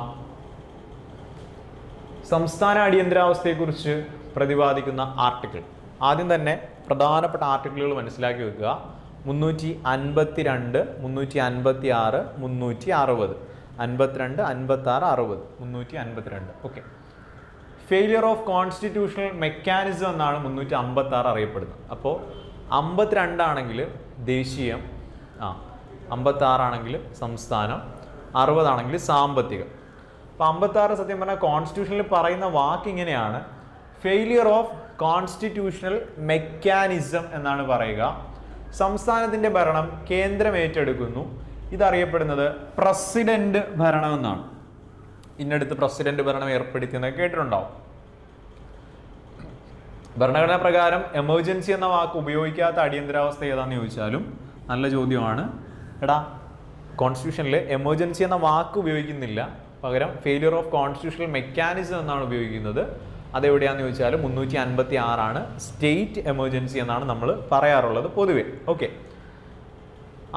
കോൺസ്റ്റിറ്റ്യൂഷനിൽ ആർട്ടിക്കിൾ 356 അറിയപ്പെടുന്ന മറ്റൊരു പേരുണ്ട്, ഡെഡ് ലെറ്റർ എന്ന്. അതായത് അദ്ദേഹത്തിന് മുമ്പേ അറിയായിരുന്നു ഇത് ഭാവിയിൽ ദോഷമാവും. ഡെഡ് ലെറ്റർ എന്ന് ഡോക്ടർ BR അംബേദ്കർ വിശേഷിപ്പിച്ചത് 356 ഡെഡ് ലെറ്റർ എന്ന് അംബേദ്കർ വിശേഷിപ്പിച്ചു എന്ന് ഓർക്കുക. ഇനി സാഹചര്യങ്ങളാണ് പറയുന്നത്. ഏതൊക്കെ അവസ്ഥയിൽ നമുക്ക് ഇങ്ങനൊരു നടപടിയിലേക്ക് പോകാമെന്ന് ചോദിച്ചാൽ, സംസ്ഥാനത്തെ മുഖ്യമന്ത്രി രാജിവെക്കുകയും പുതിയതായ ഒരു മന്ത്രിസഭ രൂപീകരിക്കാൻ കഴിയാത്ത സാഹചര്യമാണ് എങ്കിൽ, ഒന്നാമത്തെ പോയിന്റ് ആണ് മുഖ്യമന്ത്രി രാജിവെക്കുക നമ്മൾ എപ്പോഴും കേൾക്കാറുണ്ടല്ലേ. അപ്പം അങ്ങനെ ഒരു മുഖ്യമന്ത്രി രാജിവെച്ച് പോകുന്നു, പകരം ഒരു മിനിസ്ട്രിയെ രൂപീകരിക്കാൻ കഴിഞ്ഞില്ല എങ്കിൽ അവിടെ എന്തുവരും? കോൺസ്റ്റിറ്റ്യൂഷണൽ മെക്കാനിസം എന്തായി? കൊളാപ്സ് ആയി എന്ന് മനസ്സിലാക്കാം. 356 പ്രയോഗിക്കാം. ഇനി ഇലക്ഷനിൽ ഒരു പാർട്ടിക്കും എന്ത് ലഭിച്ചില്ല? ഭൂരിപക്ഷം ലഭിച്ചില്ല. ഇപ്പം 140 സീറ്റിലും ആർക്കും ഭൂരിപക്ഷം ഇല്ല, എല്ലാം ചെതറിപ്പോയെന്ന് വിചാരിക്കുക. കേരളത്തിന്റെ കാര്യമാണെങ്കിൽ അങ്ങനൊന്നും സംഭവിക്കാതിരിക്കും. ഓക്കെ, ക്രമസമാധാന നില തകർച്ചയിലായതുകൊണ്ടോ മറ്റെന്തെങ്കിലും സാഹചര്യത്തിലോ പ്രസിഡന്റിന് സംസ്ഥാന സർക്കാരിനെ പിരിച്ചുവിട്ടാൽ, ഇവിടെ ഗവർണർ കിടന്ന് ഇടക്ക് പ്രശ്നം ഉണ്ടാക്കുന്ന പോലെ എന്താണ്, ഇവിടുത്തെ മൊത്തം പ്രശ്നമാണെന്ന് പറഞ്ഞ് പോയി റിപ്പോർട്ട് ചെയ്തു, പ്രസിഡന്റ് നേരെ വന്നിട്ട് ഇവിടെ എന്ത് ചെയ്യുക, ഇനി ഞങ്ങൾ ഭരിക്കാൻ തീരുമാനിച്ചാൽ, അത്ര എളുപ്പമുള്ള കാര്യങ്ങളല്ല. ഇനി നമുക്ക് നോക്കാം. ആർട്ടിക്കിൾ 356 കൂടാതെ 365 പ്രകാരവും പ്രസിഡന്റിന് ഭരണം പ്രഖ്യാപിക്കുന്നതാണ്. അപ്പോൾ 356 തിരിച്ചിട്ട 365. ഓക്കെ, ഇനി സംസ്ഥാന അടിയന്തരാവസ്ഥ പ്രഖ്യാപിക്കുന്നത് പ്രസിഡന്റ് ആണ്. നിലവിലത് ദ്രൗപദി മുർമു ആണ്. സാധാരണ കാലാവധി എന്ന് പറയുന്നത് വെറും 6 മാസമാണ്. 6 മാസമാണ് സാധാരണ കാലാവധി. ഓക്കെ, പരമാവധി ഇത് നീട്ടി കൊണ്ടുപോയാൽ 3 വർഷം. അപ്പോൾ ഏറ്റവും കുറഞ്ഞത് 6 മാസം, മാക്സിമം 3 വർഷമാണ്. പക്ഷെ 6 മാസം കൂടുമ്പോൾ എന്ത് ചെയ്യണം? പാർലമെന്റിൽ ഇതിന് സമ്മതം വേണം. പാർലമെന്റ് എന്ത് ചെയ്തുകൊണ്ടിരിക്കണം? നീട്ടിവെക്കാൻ പാസ്സാക്കിക്കൊണ്ടേ ഇരിക്കേണ്ടി വരും. പ്രസിഡന്റിന്റെ ഭരണം അംഗീകരിക്കുന്നതിനും തുടരുന്നതിനുമുള്ള പ്രമേയം പാസ്സാക്കേണ്ടത് കേവല ഭൂരിപക്ഷത്തിലാണ്. അപ്പോൾ അങ്ങനെയൊക്കെ അവർ വിചാരിച്ചു കഴിഞ്ഞാൽ കേവല ഭൂരിപക്ഷത്തിന് ഇത് പാസ്സാക്കി മാക്സിമം 3 വർഷം വരെ എന്ത് ചെയ്യാം? കൊണ്ടുപോകാവുന്നൊരു സ്ഥിതിവിശേഷം കൂടി ഇവിടെ ഉണ്ട്. ഓക്കെ, ഇനി പിൻവലിക്കുന്നത് ആരാണ്? പ്രസിഡന്റ് ആണ്. പിൻവലിക്കുന്നതും പ്രഖ്യാപിക്കുന്നതും പ്രസിഡന്റ് ആണ്. പ്രസിഡന്റ് നിലനിൽക്കുമ്പോൾ, പ്രസിഡന്റ് ഭരണം നിലനിൽക്കുമ്പോൾ സംസ്ഥാനത്ത് ഭരണം നടത്തുന്നത് ആരായിരിക്കും? ഗവർണർ ആയിരിക്കും അല്ലെ? ഗവർണർമാരായിരിക്കും എന്ന് ഓർക്കുക. ഈ സമയത്ത് ബില്ലുകളും ബജറ്റും ഒക്കെ പാസ്സാക്കുന്നത് അങ്ങ് പാർലമെന്റിലായിരിക്കും. സംസ്ഥാന നിയമസഭ നിർജ്ജീവമാണ്. ഓക്കെ, അപ്പോൾ വളരെ ഇമ്പോർട്ടൻ്റ് ആയിട്ടുള്ളൊരു ഭാഗമാണ്. എമർജൻസി നമ്മുടെ പരീക്ഷകളിൽ, ഡിഗ്രി ലെവൽ പരീക്ഷകൾക്ക് പ്രാധാന്യത്തോടു കൂടി നോക്കേണ്ട ഒന്ന് തന്നെയാണ്. നമ്മൾ നോക്കുമ്പോഴേക്കും ഭരണഘടന നിലവിൽ വന്നതിന് ശേഷം ആദ്യമായി പ്രസിഡന്റ് ഭരണം ഏർപ്പെടുത്തിയ സംസ്ഥാനമാണ് പഞ്ചാബ്.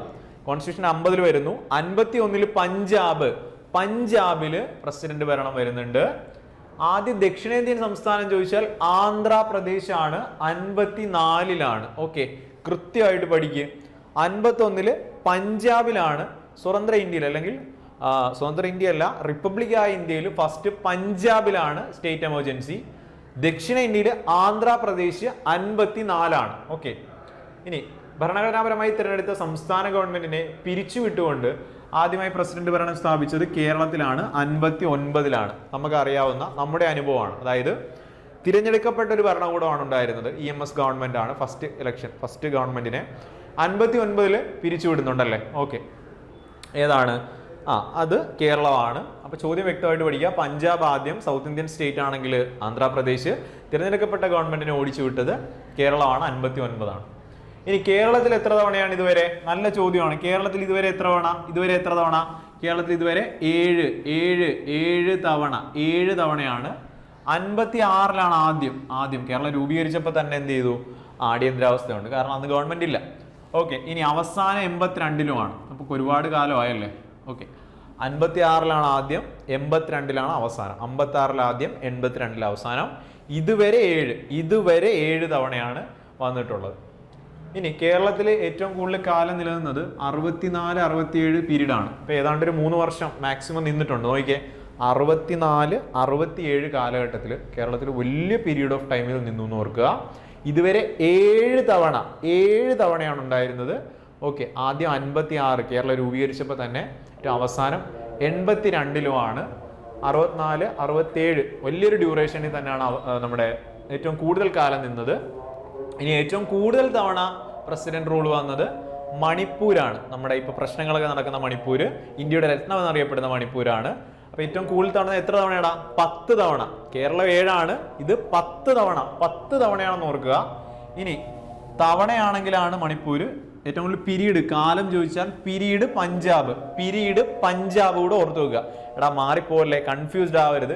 കേരളത്തിൽ ഇതുവരെ 7 തവണയാണ് അടിയന്തരാവസ്ഥ. തെറ്റിക്കേ ചെയ്യരുത്, 7 തവണ. ഏറ്റവും കൂടുതൽ തവണ ചോദിച്ചാൽ മണിപ്പൂര് 10 തവണയാണ്. എന്നാൽ ഏറ്റവും കൂടുതൽ കാലം ചോദിച്ചാലോ പഞ്ചാബാണ്. വ്യക്തമായിട്ട് പഠിക്കുക, തെറ്റിക്കേ ചെയ്യരുത്, നല്ല ഫാക്റ്റാണ്. ഇനി താഴെ പറയുന്ന ഇനങ്ങളിൽ 7ാം ഷെഡ്യൂളിന്റെ കൺകറന്റ് ലിസ്റ്റിലുള്ളത് ഏതാണെന്നാണ് ചോദിച്ചിരിക്കുന്നത്. നമുക്ക് നോക്കാം. പോസ്റ്റുകളും ടെലഗ്രാഫും വരുവോടാ? നമ്മൾ ഓൾറെഡി പറഞ്ഞു. എവിടെയാണ് വരുന്നത്? പോസ്റ്റും ടെലഗ്രാഫും എവിടെയാണ് വരുന്നത്? യൂണിയനിലാണ് വരുന്നത്. ഓക്കെ, പോലീസ് എവിടെയാണ് വരുന്നത്? പഠിച്ച കാര്യമാണ്, തെറ്റിക്കേ ചെയ്യരുത്, സ്റ്റേറ്റിലാണ്. പൊതുജനാരോഗ്യം എവിടെയാണ് നമ്മൾ പറഞ്ഞത്? വ്യക്തമായിട്ട് പഠിച്ചതാണ്, സ്റ്റേറ്റ് ആണ്. അപ്പൊ എവിടെയാ? സാമൂഹിക സുരക്ഷയും സാമൂഹിക ഇൻഷുറൻസും ആണ് ഇതിൽ ഏത് വരുന്നത്? കൺകറന്റിൽ വരുന്നത്. ഓക്കെ, ഇനി ലാസ്റ്റ് ഫാക്റ്റ് ആണ്, ഒരു പോയിന്റ് കൂടെയാണ് നമുക്കുള്ളത്. നമുക്ക് നോക്കാം. ഓക്കെ, ലാസ്റ്റ് പോയിന്റ് ആണ്. ഇത് ഓൾറെഡി നമ്മൾ നേരത്തെ ഡിസ്കസ് ചെയ്തൊരു പോയിന്റ് ആണ്. ഫസ്റ്റ് റിപ്പബ്ലിക് ഡേയിൽ മുഖ്യ അതിഥിയായ ആളെ ചോദിച്ചു. എപ്പോഴാണ് ചോദിച്ചത്? 24-ലെ പഞ്ചായത്ത് സെക്രട്ടറി പ്രിലിംസിലാണ്. അപ്പം നിസ്സാരമായിട്ട് കാണരുത്, സിമ്പിൾ കാര്യമാണ്. ഇന്തോനേഷ്യൻ പ്രസിഡന്റ് ആയിരുന്ന അഹമ്മദ് സുക്കാർണോയാണ് അന്ന് പങ്കെടുത്തത്. അപ്പം നിലവിലത്തെ കാര്യം കൂടെ അറിഞ്ഞു വെക്കണ്ടേ? റിപ്പബ്ലിക് ദിന ആഘോഷം നടക്കുന്നത് നമ്മുടെ ന്യൂഡൽഹിയിലെ കർത്തവ്യ പത്താണല്ലേ. പഴയ രാജ്പത്ത് ഇപ്പോൾ കർത്തവ്യ പത്താണ് നമ്മൾ പഠിച്ചു. പിന്നീട് 24-ൽ പങ്കെടുത്തത് ആരാടാ? ഫ്രഞ്ച് പ്രസിഡന്റ് ആയിട്ടുള്ള ആരാണ്? ഇമ്മാനുവൽ മാക്രോൺ ആണ്. പക്ഷേ തിരുവനന്തപുരം LDCക്ക് ചോദിച്ച ചോദ്യം 23-ലെ മുഖ്യ അതിഥിയാണ്. അദ്ദേഹം ആരായിരുന്നു? ഈജിപ്തിന്റെ അബുൽ ഫത്താഹ് അസീസിയെ കൂടി ഓർമ്മയിലുണ്ടാവണം. ആ ഒരു കാര്യം എപ്പോഴും ചോദിക്കുന്നത് കൂടിയാണ്. ഓക്കെ, അപ്പോൾ നമ്മൾ 3 ചോദ്യ പേപ്പറുകളാണ്, പ്രിലിംസ് ഡിഗ്രി ലെവലിൽ ക്വസ്റ്റ്യൻ പേപ്പറുകളാണ് നമ്മൾ നോക്കിയത്.